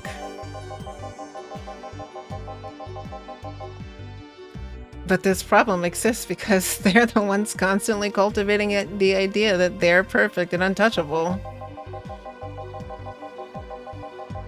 Going to exotic locales, dressing in elegant ways, indulging in every luxury they can think of. All that just leaves the public craving for those little moments when they make a mistake and fall from their level. Can't say that's a lie, but sometimes the crowd just wants to see that they're human. Hey, that dude that plays the nice guy is indeed really a nice guy. And to be fair, the gossip articles don't help, sensationalizing everything. It feels like they're instigating a behavior that shouldn't even be acknowledged in the first place. You like your big words, eh, Brat? Well, two can play that game of...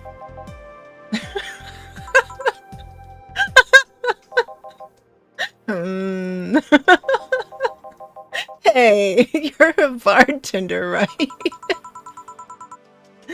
No, I'm a lab rat hell-bent on world conquest. Sarcasm wastes my time and my money and your energy. Refrain from using it. Anyway, I just realized that a bartender like you must have heard quite a few stories in her career. Talk about changing topics. Maybe. Why? Wouldn't you like a column talking about those? I bet they would sell quite well.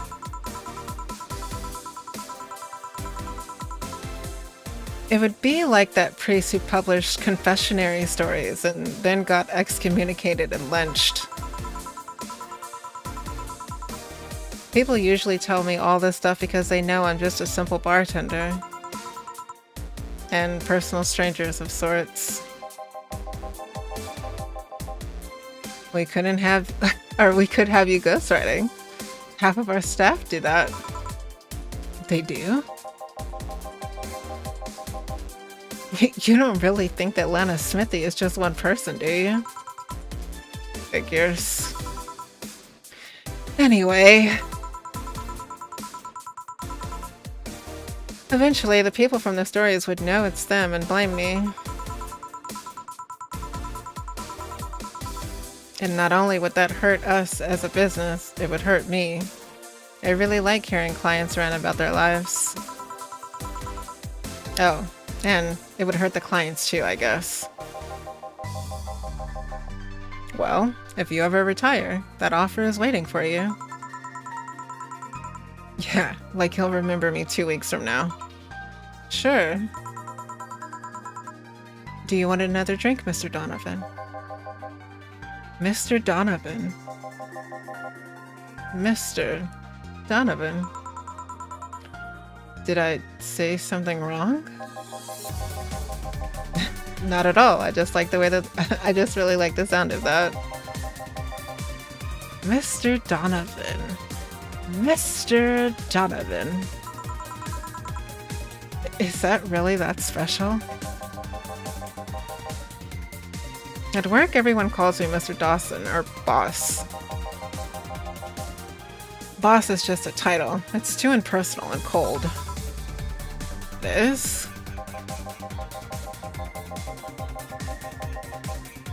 Mr. Dawson was my father and grandfather. It's too general. But Mr. Donovan, now that's where I like it. They're referring to me, to the man in front of them, not to my family, not to my position as boss, to me. Do you want your employees to get personal with you, Mr. Donovan? Oh, gods no. But I want them to fear me. Not because I'm their boss or the name appearing on their paychecks. But rather because I strike mortal dread into them. Starting tomorrow, I'm going to make everyone call me that. Oh yeah, you were asking something. What was it? Drink? Another one? Do you? Ah, yes, yes. But I need to cut myself off. I just remembered I have a night shift later. Give me something bitter and big, but not alcoholic. I need to wake myself up. I can do that. Something bitter, big, and with no alcohol level. So, like coffee? Not a coffee. But let's search by... Oh, we have bottle drinks. Bitter. Do we have a no alcohol flavor? Okay, we can do a grizzly temple, suplex, pile driver, gut punch, sunshine cloud. Will that wake you up? It tastes like this old chocolate milk. It smells like tack. Some say it tastes like caramel too. Okay. What's gut punch? It's supposed to mean a punch made of innards, but the name actually describes what you feel while drinking it. Bitter, manly, strong. Okay, so maybe that one? Oh.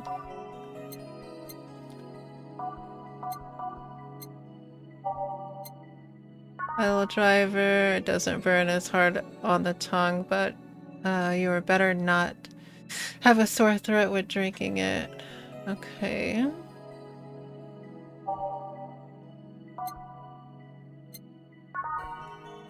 Suplex, a small twist of the pile driver, putting more emphasis on the tongue burning and less on the throat burning. And Grizzly Temple, this one kind of unbearable. It's mostly for fans of the movie it used to be in. Promo and bland. None of these would wake you up. What? But just something that's bitter. Let's do the Grizzly Temple then.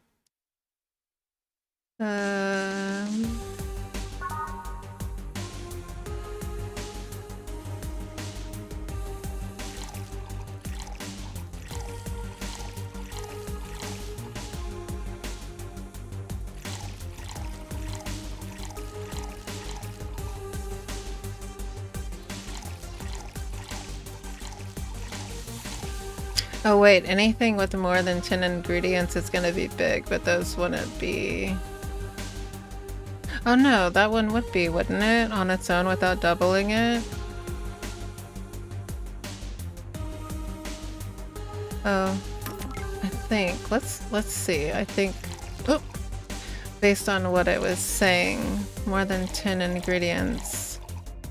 So that should qualify this for a big drink without us having to double it then. Oh wait, no, because we don't add the Karmatrin in it.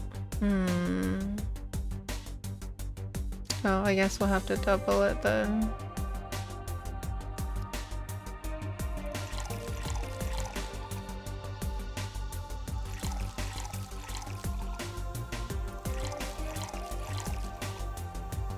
And it's blended. Is there ice?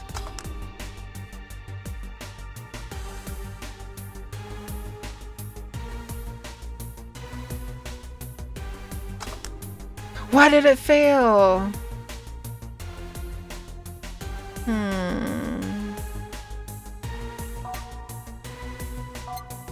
No.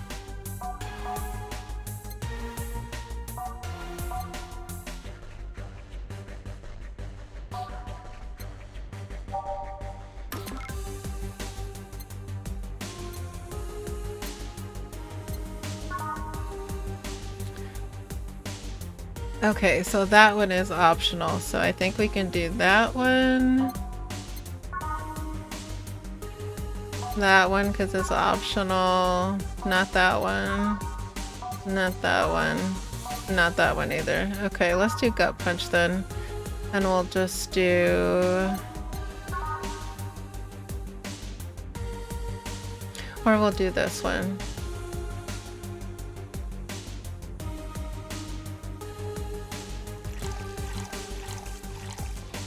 And then... On the rocks. And bulleted. Tastes like chalky milk. Oh, it's pretty. Here you go. Paint me blue and call me Sue. You can actually do it. This will help me stay up late tonight. Say, kid, does this bar have any investors? He didn't call it a hellhole.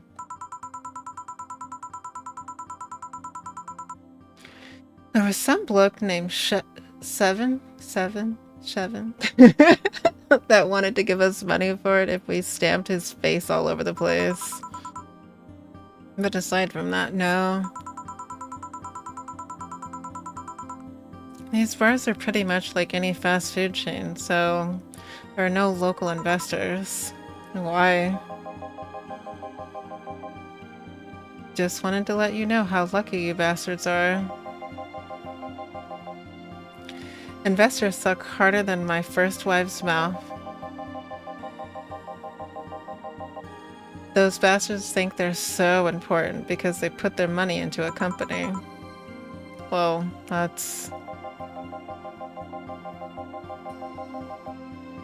I mean, you give me money so you can make more. Let me do my thing, and I'll give you your money. But no, they have to stick their nose and start changing the silliest of stuff. What good is it to be the boss if you still have to work for someone else?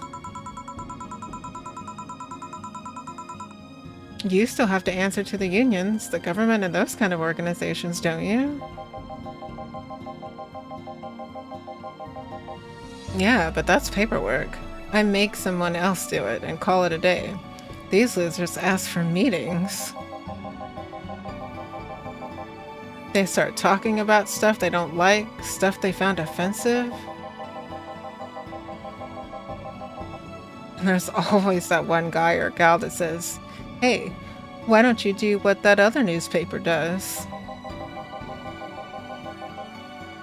Recently they told me they need more clicks. More clicks! I make sure to keep stuff spicy while still keeping production quality up, but it's never enough for them. Well, you know what? They want more clicks? I will give them more clicks.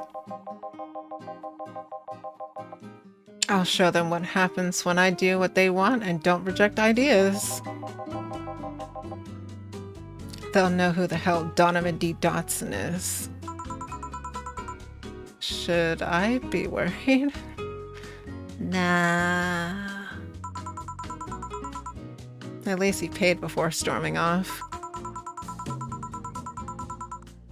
I wonder what happened to Seven, though. I never heard from him again. Chill. Yes. What the hell happened in that bathroom? That kind of mess usually requires you to have thumbs. Crafty dogs, I tell you. You'd think their short legs would hinder them. The ceilings, the sinks, the toilets, the vents! Shh! You'll wake up Briar Rose over there. I won't forget this. Yeah. Oh, a client. Welcome to Valhalla. What can I... Big gut punch. Fast. All right. All right. He wants a gut punch. I want to give him a gut punch. All right.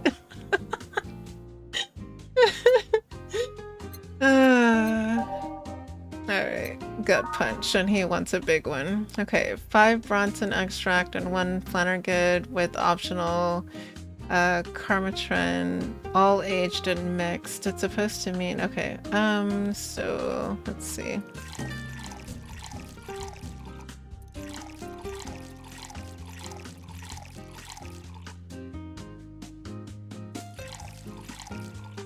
And we don't have to add that, and it needs to be aged and mixed.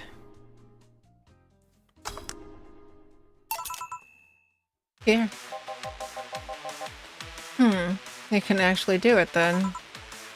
Why is everybody questioning our skills? Crack house is a bar? Why is everyone insulting our workplace? What the heck? Hellhole. Crack house. It smells like dog urine and soap. How the hell do you expect someone to feel comfortable in here? I'm surprised you decided to come to our little crack house at all, mister. What the hell do you care? The payment registry says. Sorry for the question then, Mr. Ingram, McDougal.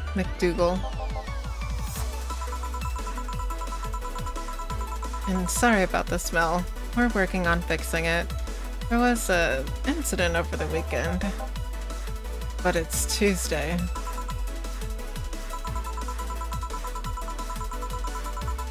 Please, let me know what I can do to make your experience more pleasant regardless. If I pay you, will you come with me to a hotel or a motel for a couple of hours? No. Then I have no use for you beyond giving me drinks. Such pleasant clientele tonight. May I ask why you decided to come to our bar then? Somebody recommended this place, and I have absolutely no idea why she likes it. She says she's a regular here and all. I'm starting to doubt her taste. A regular? Can I ask who? No.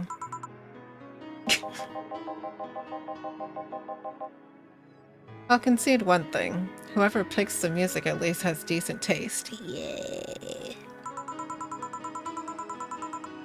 Hey, Jill. Where did you put the dish soap? Gil's run out. Below the sink where it's always been. Right. Oh, a customer. Good evening, sir. Hope you enjoy your stay at Valhalla. So, any other feedback you'd want to provide the establishment so we can enhance your customer experience? No, nothing. That's an interesting change of heart. I can't afford to slander this place knowing she's here. Oh, you know my boss?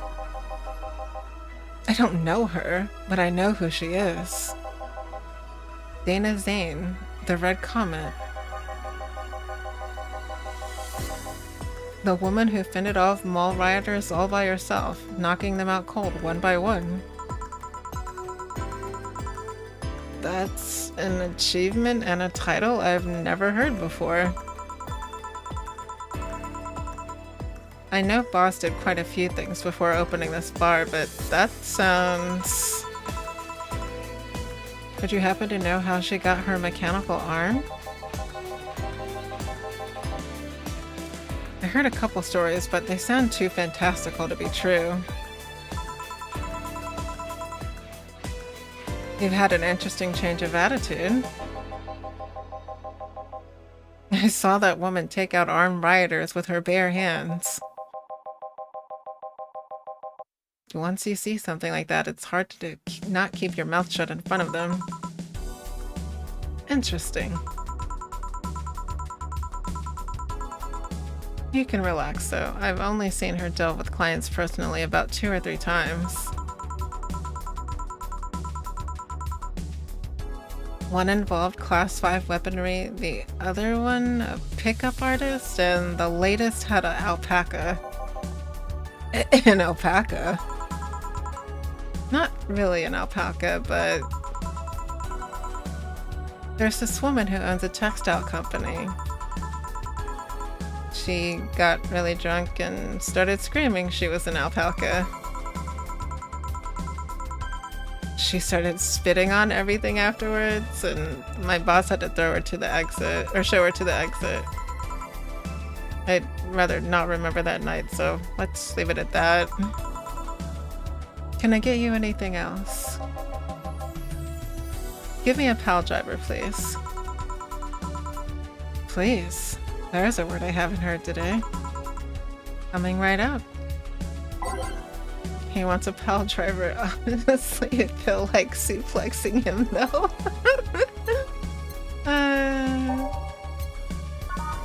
Alright. 3 Bronson.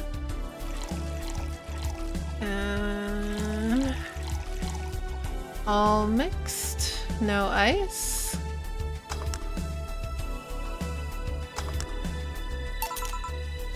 Here. It's fine, I guess. Hey lady, have you ever faked an orgasm? I'm sorry, I think I heard you wrong. I asked if you ever faked an orgasm. That's a question I'm not gonna answer. I'll take that as a yes. I was just thinking about how good a lie can be. I mean, even the most sincere of people lie once in a while.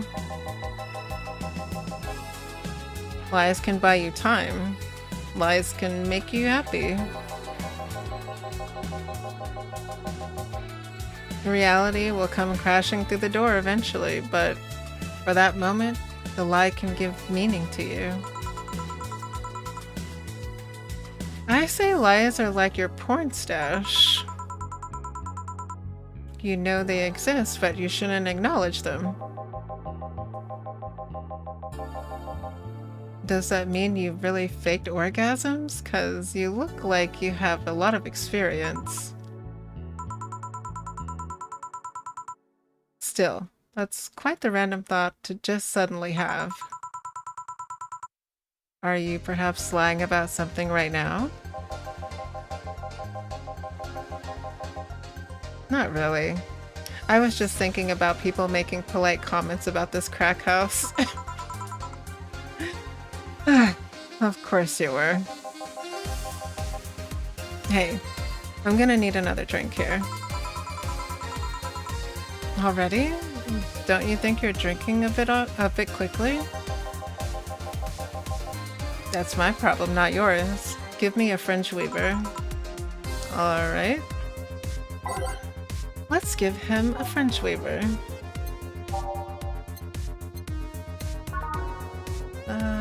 Let's see. Also, I wonder what slot 1 and slot 2 are for. Oh wow, that's a pretty powerful drink.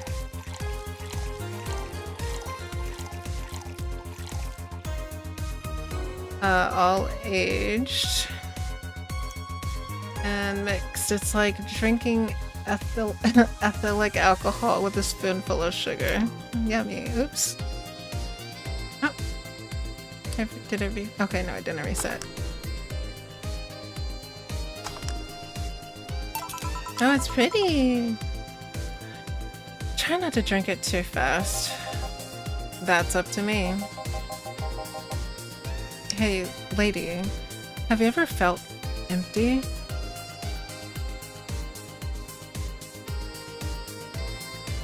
Sorry. When we get to the top of the hour break, I'm gonna go make some tea and then I'll be back. Empty. Like, hungry? No, I mean empty like there's a part of you missing. Can't say I particularly have.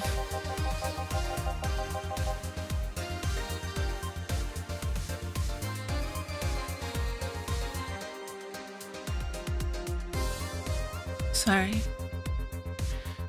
I just feel like there's this part of myself that lacks something. An urge to get or do something that I just can't satisfy.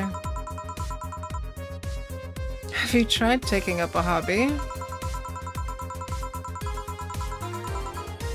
It might not solve your problems, but it might keep you busy enough to avoid thinking about it.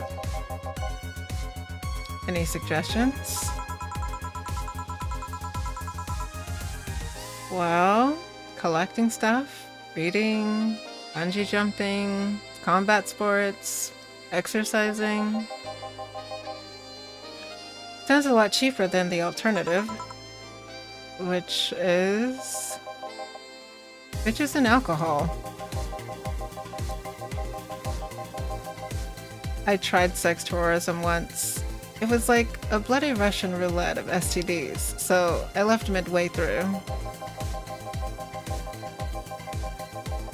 I once burned my Christmas bonus hiring 3 women for an orgy. Porn is more amusing and way cheaper. I've also hired a girl to act like my daughter for a day for 3 years in a row now. Nothing seems to do it.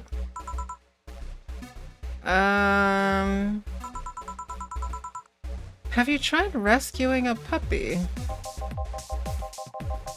You can't fuck puppies. At least you shouldn't.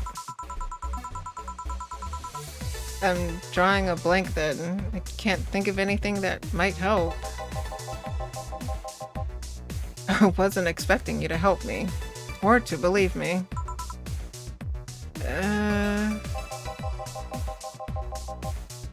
I could have been lying through my teeth this whole time. People lie, lady. Anyway, I'm leaving now. The smell is killing me. Please come again. Don't count on it. Good.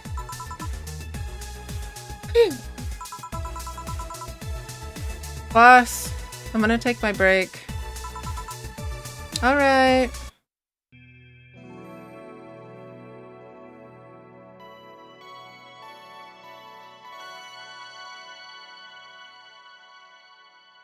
Oh, cute. We actually like play on our phone and stuff. Shave.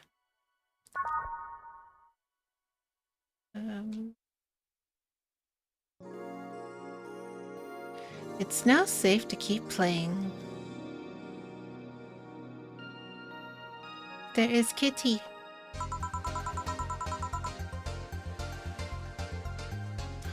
At least I didn't get locked up this time.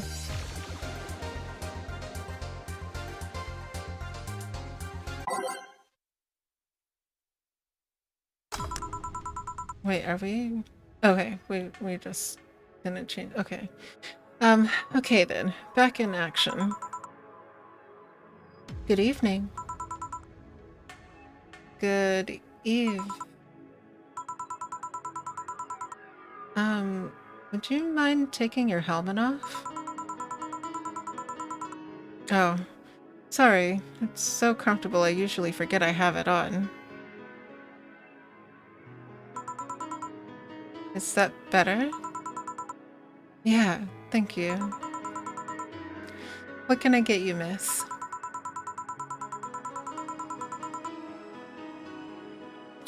Master Specialist, Sai P, a Sagari of the 765th Division Valkyrie Corps, at your service. Wait, that's too long. Just call me Sai. What can I get for you, Sai? Let's see. I'm in the mood for a sweet drink. Oh, but not sweet as in cool. Although a cold drink would be nice too. But not cool as in great, and especially not as in big. More so since I have to get up early tomorrow. I can't afford a hangover. Sorry. Did you get that? A sweet drink, preferably a cold one that's not too big, right? Yeah, that's it. I can do that. Give me a second. Alright, something small, sweet, and icy. I wonder if I have something so specific. I guess it would be... small?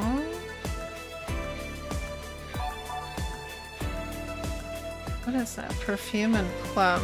Every drink is priced, but what is it? Okay, sweet drink. That's icy and small. No ice. No ice. All on the rocks and blended. All aged and mixed. But then she said she doesn't want a hangover though.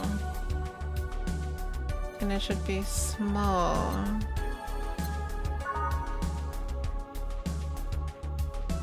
That one is optional. I wonder if we can add ice to it and it would still be okay. And it says it's light.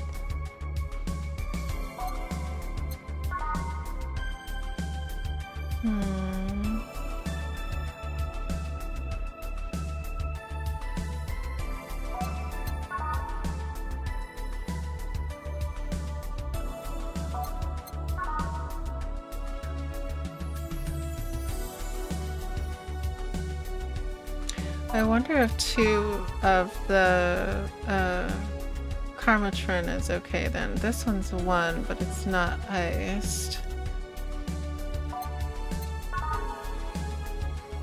So I think it'll have to be the Moonblast then. Let's see.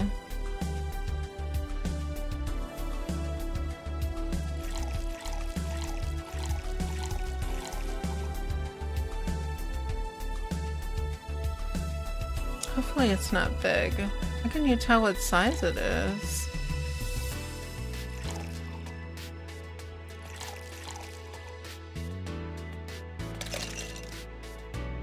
And blended.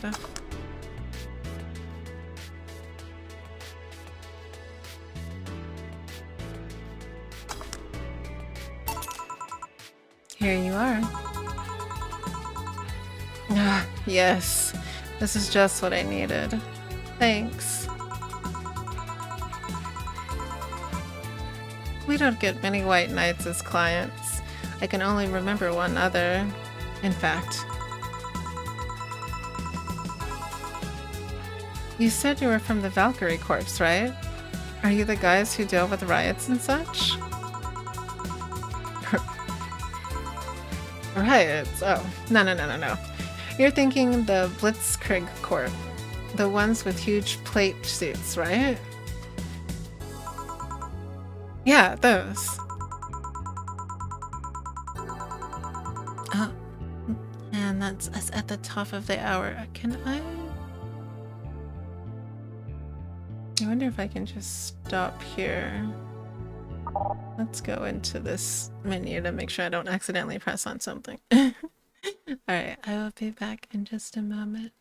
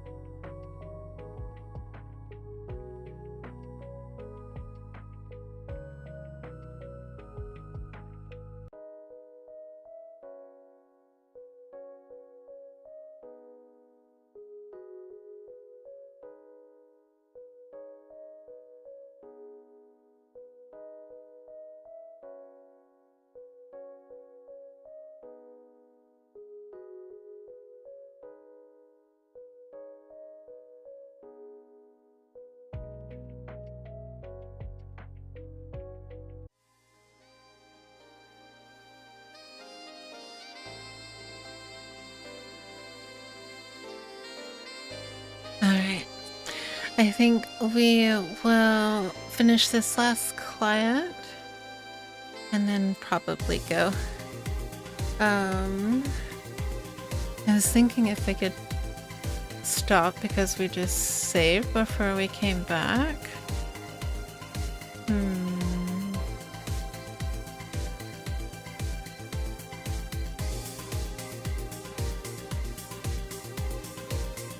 Well, let's see how the playthrough is gonna be. Let's see if the tea helps to settle my tummy a little bit more. Alright. No, we're different people. I mean, obviously we are different people, but we don't deal with riots or anything.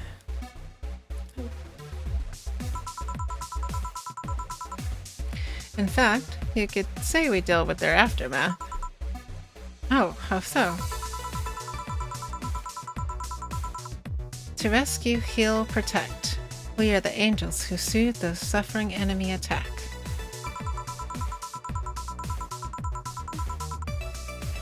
We are the light of hope in the darkest of times, the ones who assist the victims of crime.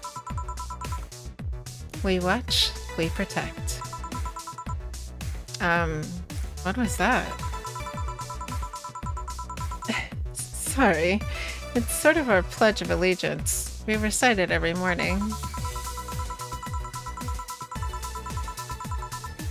What it means is that our duties mostly include rescuing civilians, healing the injured, and protecting them from stuff. What kind of stuff? Burglars, rapists, car crashes, anything that might happen on our watch. You mentioned Hill. Are you a doctor then?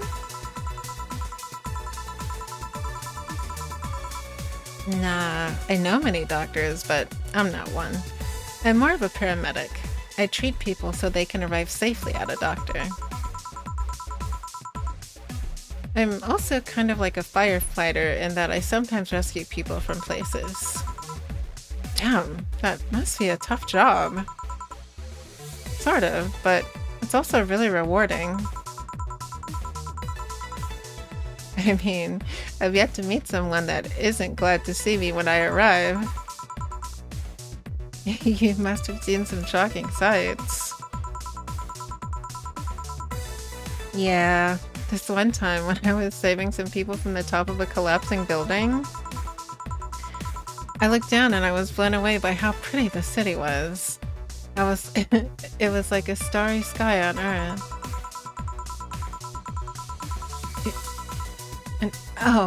And there was this one time we were cleaning up the aftermath of a car crash. Water was pouring out of a hydrant. With the lights and scattered pieces of glass, it was all almost dreamlike. That's not what I meant by shocking sights. No, but those are sights and they're shocking, right? Yeah, but never mind. Wait, did I mishear you and you actually meant size? I mean, sure. I've suffered the deepest, longest, and most frustrated sigh from people after everything's said and done, but... Don't worry, you didn't mishear. I guess I was just expecting a different kind of answer. What kind of answer? Don't worry about it don't worry too much about it. You finished your drink. Can I get you anything else? Something classy.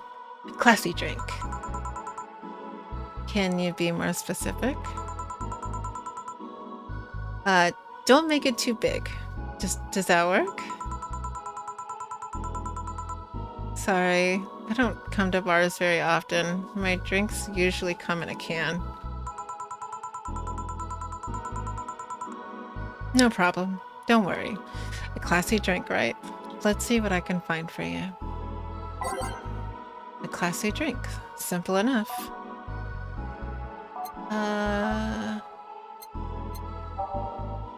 Beer, blending gin, or frothy water. What is frothy water? Oh, it doesn't have alcohol in it. PG show rated. Favorite beer earth set since 2040. Bubbly, classy, and bland. Bleeding Jane. Say the name of this drink 3 times in the front of a mirror and you'll look like a fool. Spicy, classic, and sobering. And a beer. What should we make her? I guess we could go with the frothy water since it's a PG. A PG beer.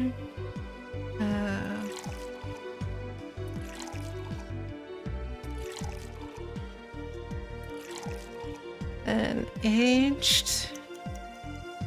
And do you hear the little timer when you hit the aged button? And it's all mixed. Yay. Here. I don't know. This doesn't look like the kind of stuff Stella would drink. Who? Oh, Stella is my best friend. I don't like using the best tag, but there's no other way to refer to her, you know? I see. Say, Miss Bartender, what's your name? You know my name. Now I want to know yours. Oh, sure. Just call me Jill. Jill. Jill. Jill is short for Jillian? No, that's not right. Jillian. Julian?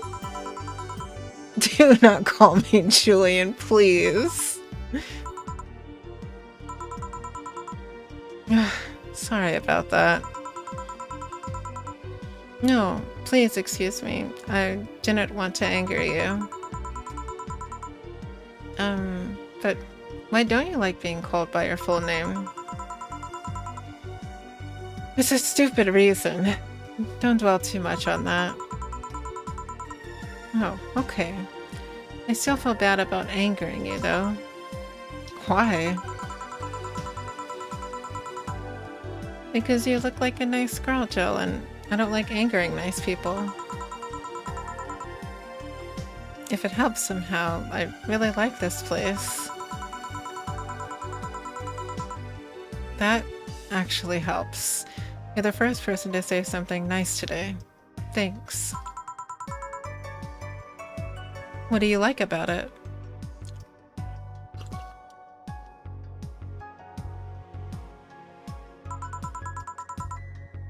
The smell of dog urine and soap.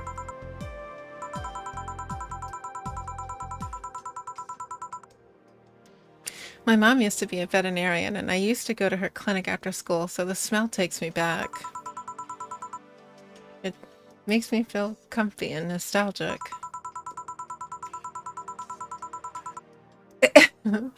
What made you become a white knight instead of a veterinarian or anything else?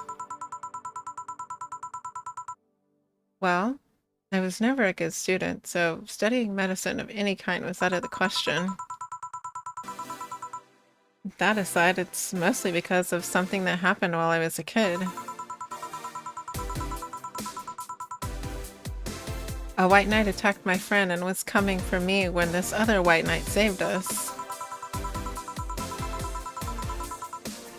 I don't remember what happened next. I just woke up in a hospital with my friend watching over me. I mean, it wasn't a prophetic moment or anything like that, but ever since then I felt this was my calling. That I wanted to help people the same way they helped me.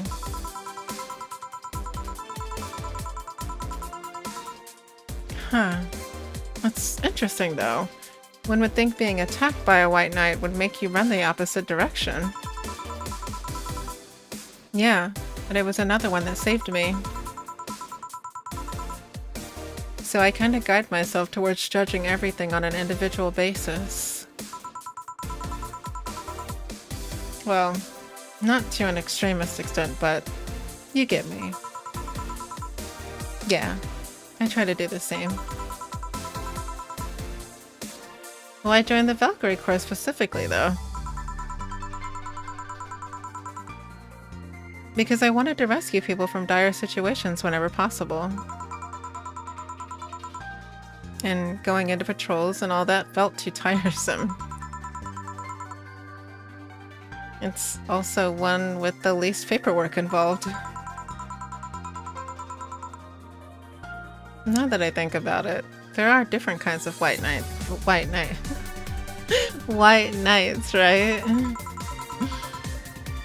I guess white knight is too broad a term. There's not one specific type. There are many different classes. Rescue, assault. There's even a squad full of bureaucrats. Really? Yeah, they get assigned to companies to handle the accounting and that kind of stuff. People usually ask for them because they speed up processes. But a few are assigned when a company is suspected of having weird under-the-table deals. Interesting. There was also a squad dedicated to fighting school bullying. They were doing a nice job, but the fad of anti-bullying campaigns passed and they lost their funding. I believe some members still work with anti-bullying cases in an unofficial capacity. That'd be nice, I think. Can I get you anything else? I don't know if I should.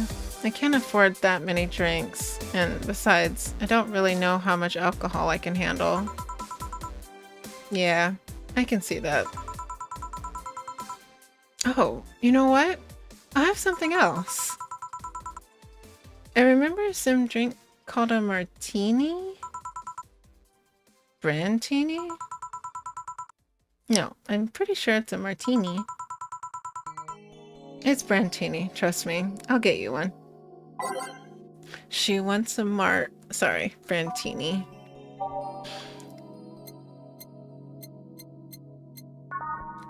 Okay. 6. And 3. And 1. All aged. And mixed.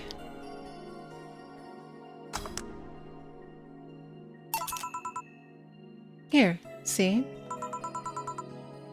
Huh. You were right. Thanks.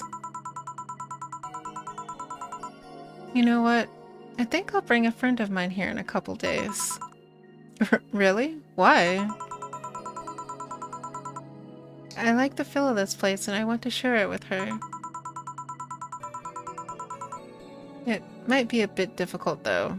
She's more into, classier places. Not that this place isn't nice, but don't worry about it.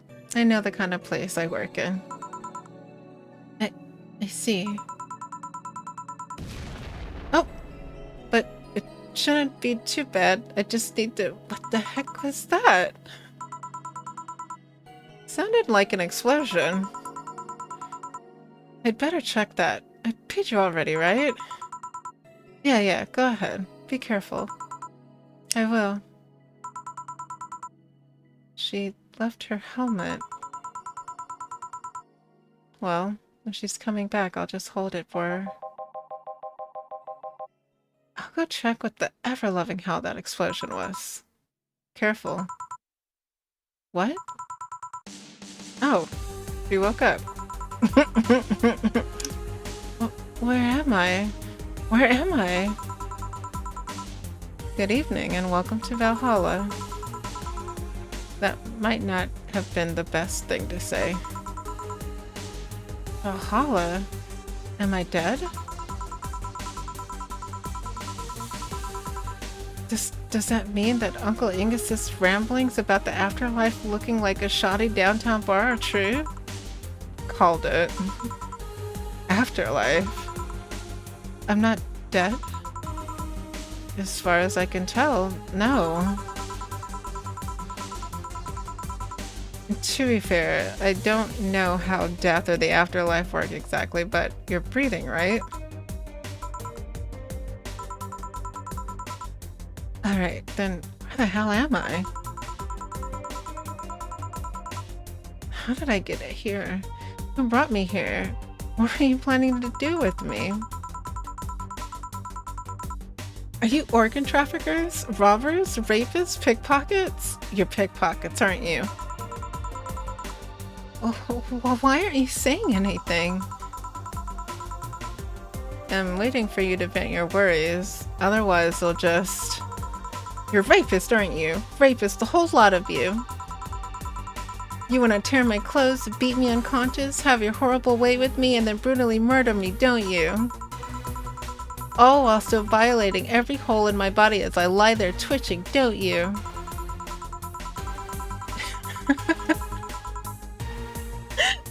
I can't even say murderer that many times like that. Murderer! Interrupt me.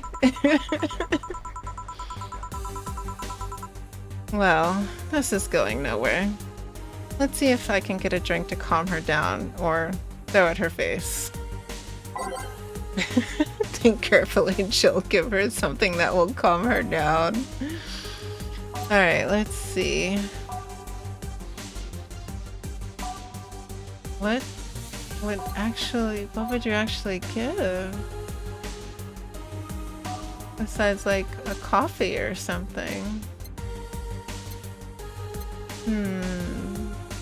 Let's go to the girly drinks.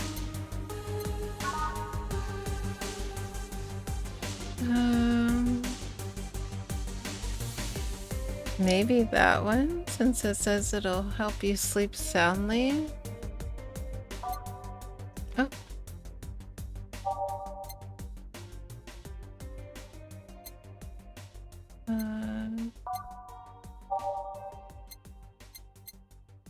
I read the Sunshine Cloud. Not those. What was the Fringe Weaver again? No, definitely not that one. We probably want to do... Oh. Nothing Bernie. That one has a lot of alcohol. What about the promo drinks? And Star. I think the Fluffy Dream one's probably the best one.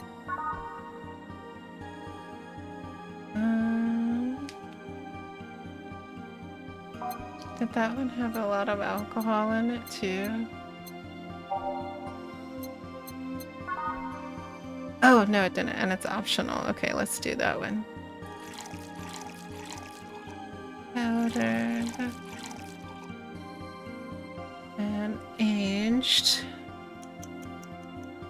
And then mixed.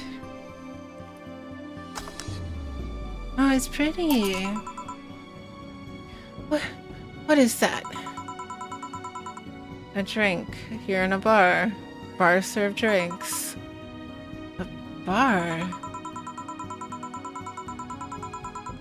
So I figured I should give you something to help you calm down. Don't worry, it's on the house.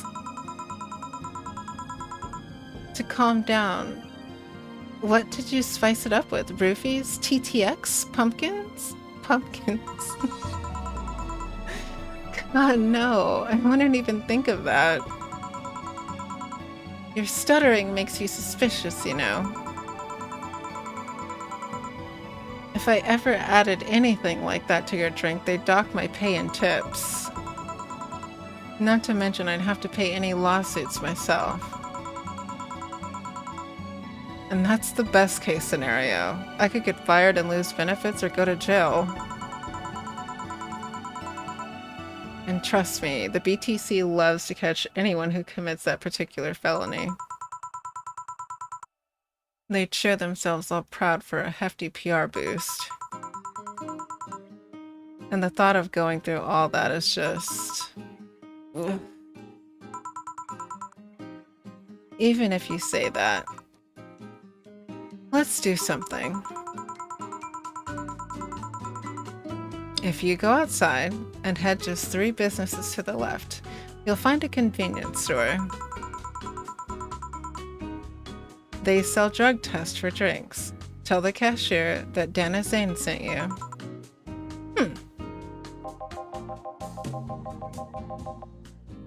2 flying cars crashed and went boom. That's why it was so noisy. Any damage? A hole in the street. Don't know about the drivers or anything. I see. Either way, I think I'm done here. Did you check inside the toilet paper locker? What about... Oh my god. How? Why? How? I'm back. He tried to give me bandages at first, though. Did you have to pay? No. No problem, then. Try it on the drink. Says negative. There you go. But you could be in cahoots with the clerks in the store. He even knew your name. Good point, but first of all, it's not my name, it's my boss's. Second, we are pretty much part of a chain, sort of like the spicy chicken of bars.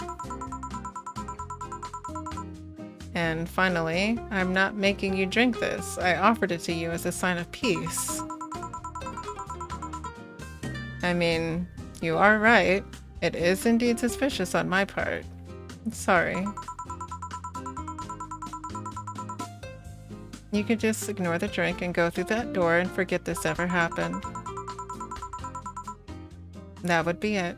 You're at peace and nothing of value would be lost. Are you implying something won't have value because I ignored it? Oh my goodness. Are you saying my presence is so unimportant that my lack of action will yield no difference?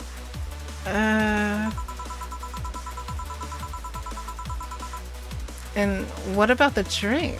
Are you gonna let this fruit of your work go to waste so easily? No, Well, I'll let you know I'm not that unimportant and that your work does matter. Not sure you should drink it all so fast. So, how was it?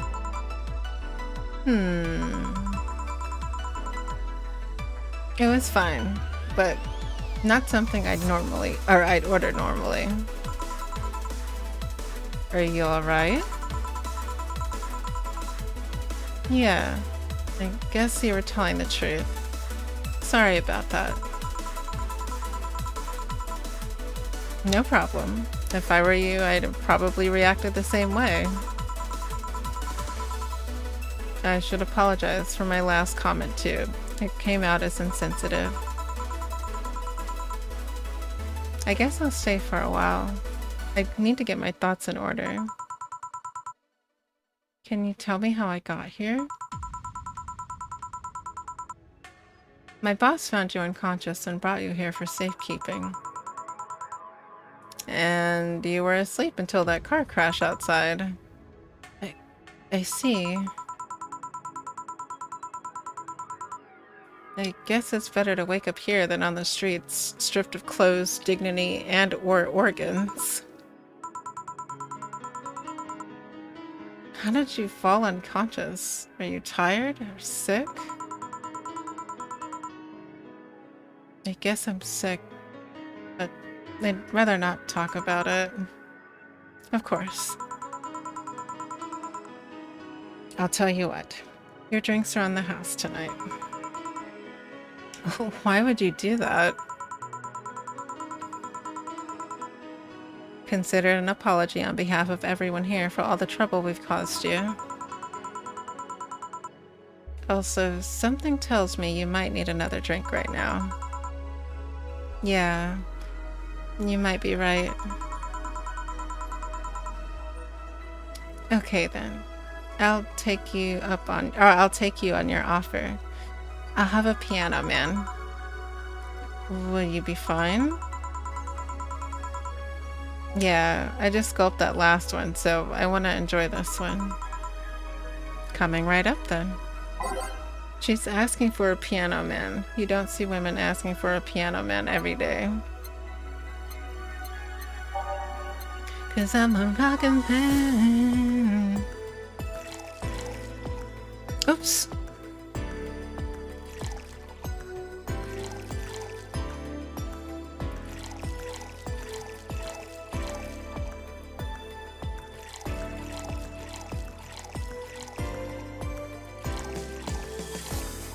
All on the rocks. And mixed. It's pretty. Here. Yeah, this is the one. My dad used to drink these before an actual pianist attempted to kill him. What did he do? Your dad, I mean, to provoke the pianist like that. Wrong place at the wrong time, I guess.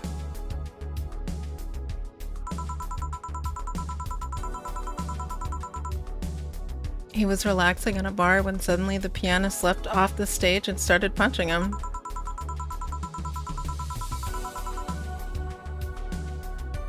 Some say he was off his meds and that my dad looked like some music critic that bashed him.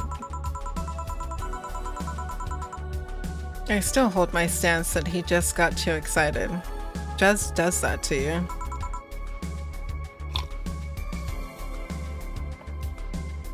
I see. The piano man had an interesting story.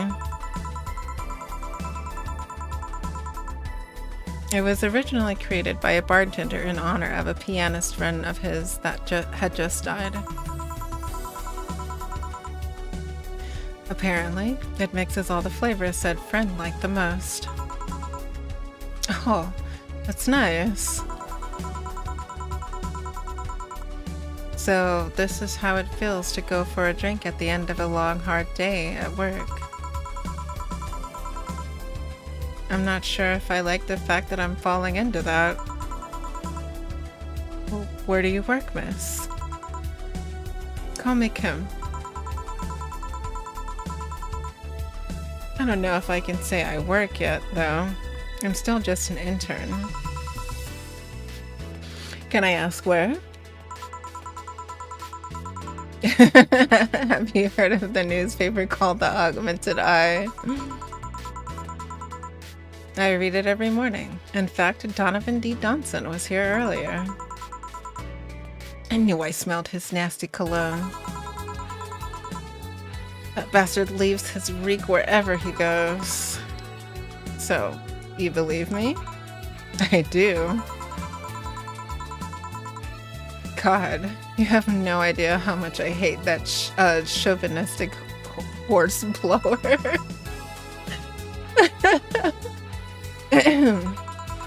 Harsh words. The worst part is that I kind of admire the way he does stuff. He's so forceful about things. He wants that people have it done before they realize what's going on.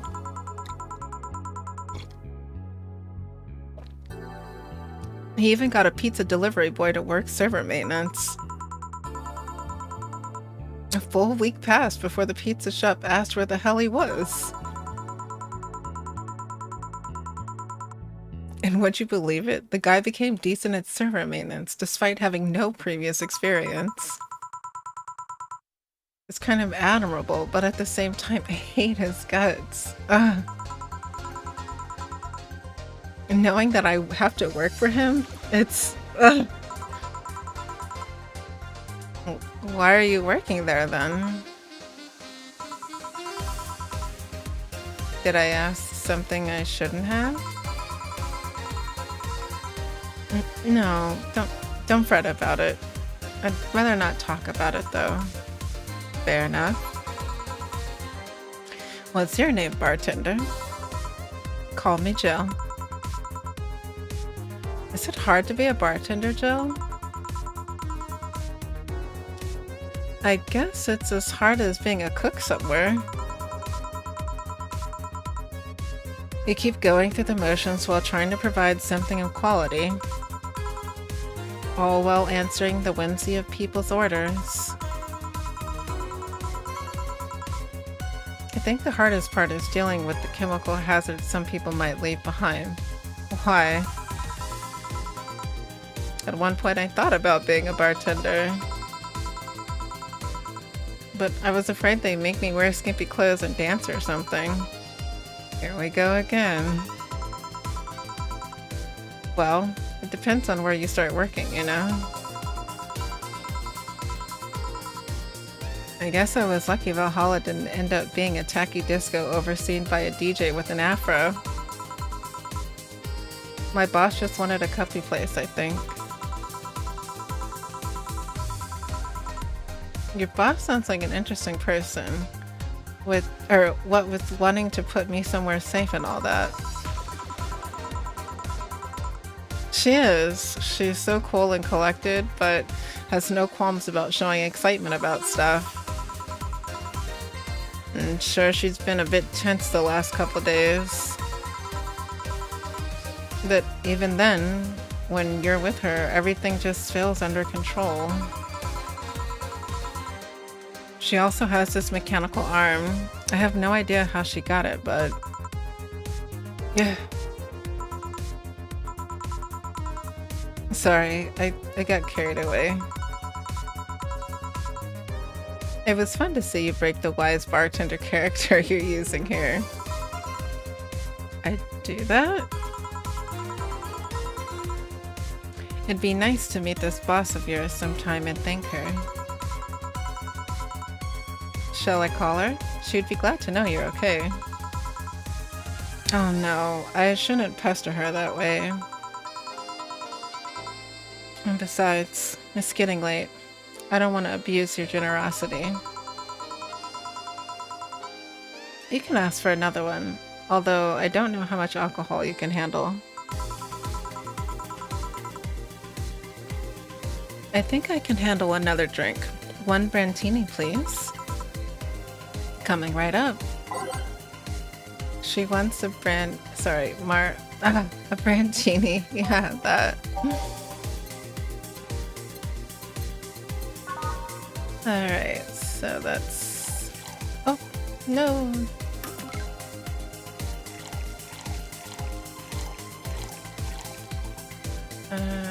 Three of the powdered delta.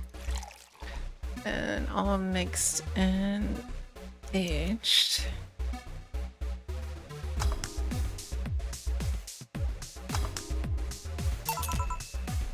Here. Yep, that seems like the stuff. Cheers. Hey, Jill, was this job like a lifelong dream or something? Not really. It just kinda happened. One thing led to another and bam, bartending. Do you regret not fulfilling a dream?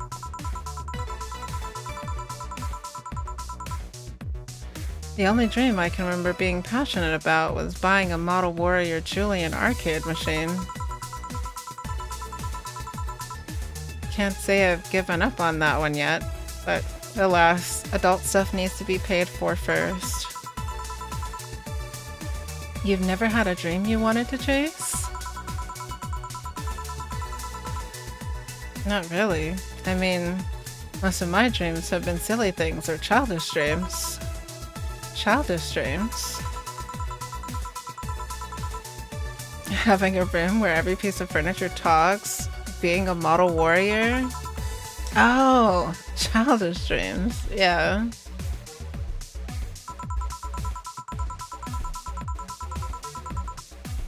I remember I wanted to live in a koi pond when I was 7.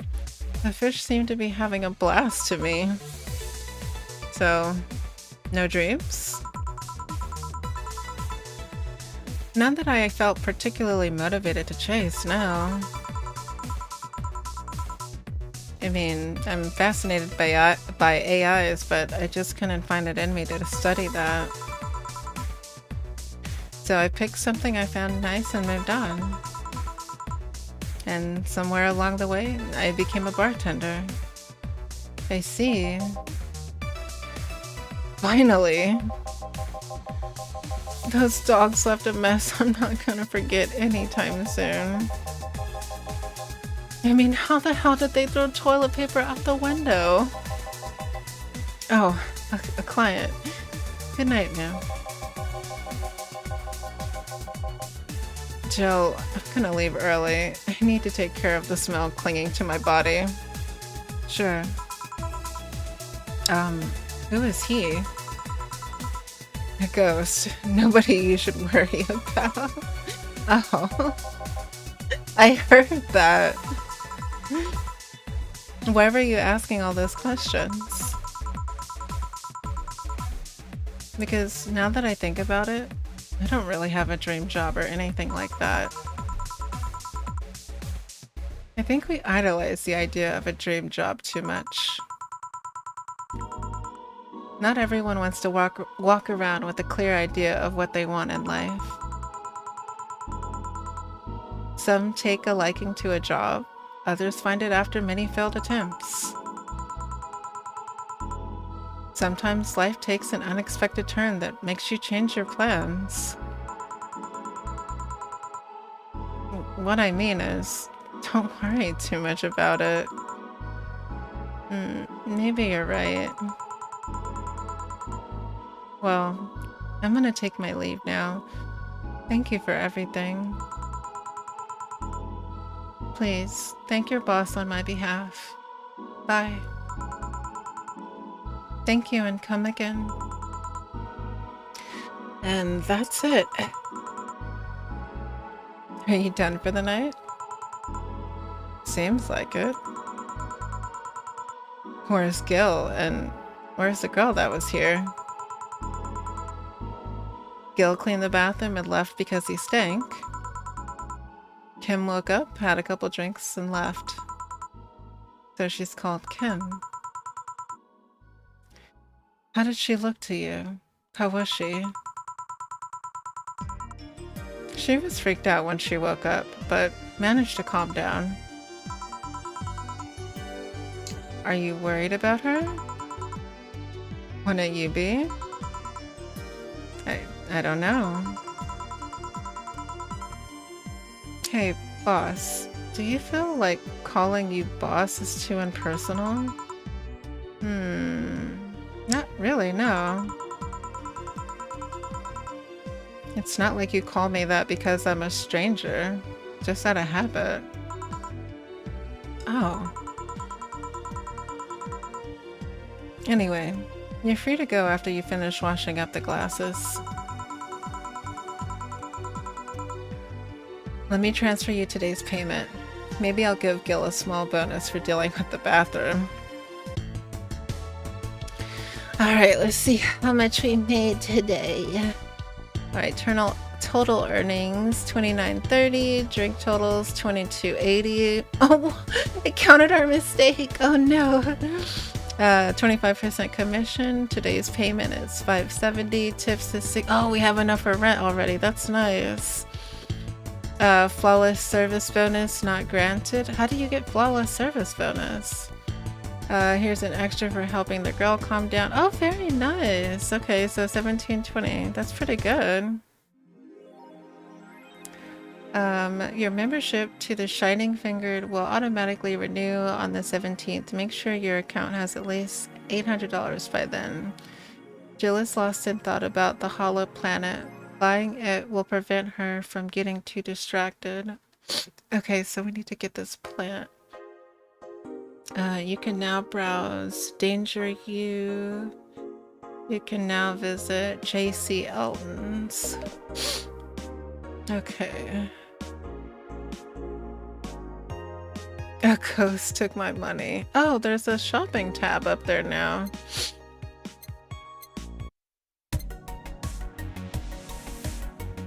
Oh, cute. Cute clay house. Feel the thrill of being scammed by souvenirs without leaving Glitch City. Maneki Neko. They say these bring luck, but its paws is broken, so I want to trust him. Kira Mickey poster. I could tear one off any wall in the vicinity, but hell knows what chimps they have. Cutesy poster, game poster for some cutesy game about a pink-haired witch flying on a broom. Assorted cartridges, they're games, no collector ones. They still seem nice for displaying. Cracked Daruma, a Japanese souvenir that has seen better days, still has a vintage charm to it.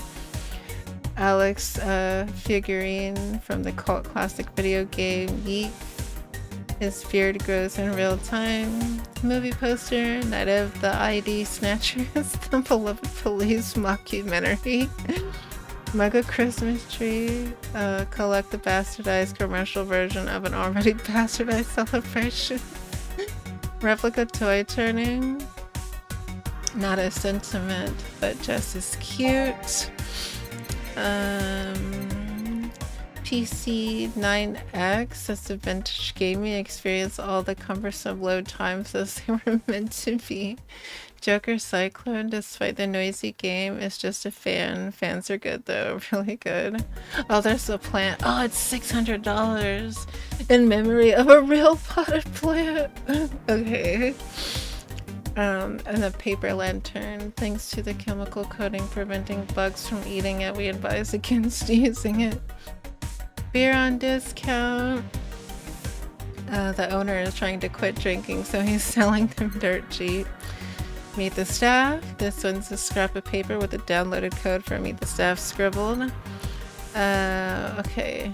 And then, oh wait. Kira Miki banner.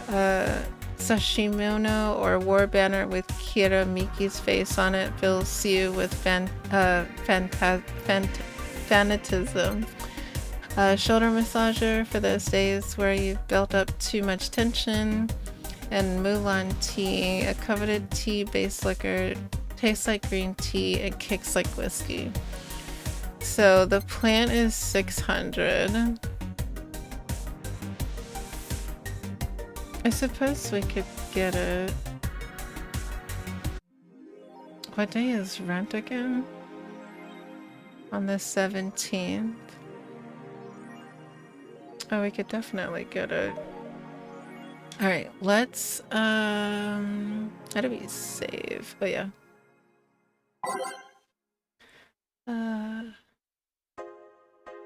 We'll save in our second slot.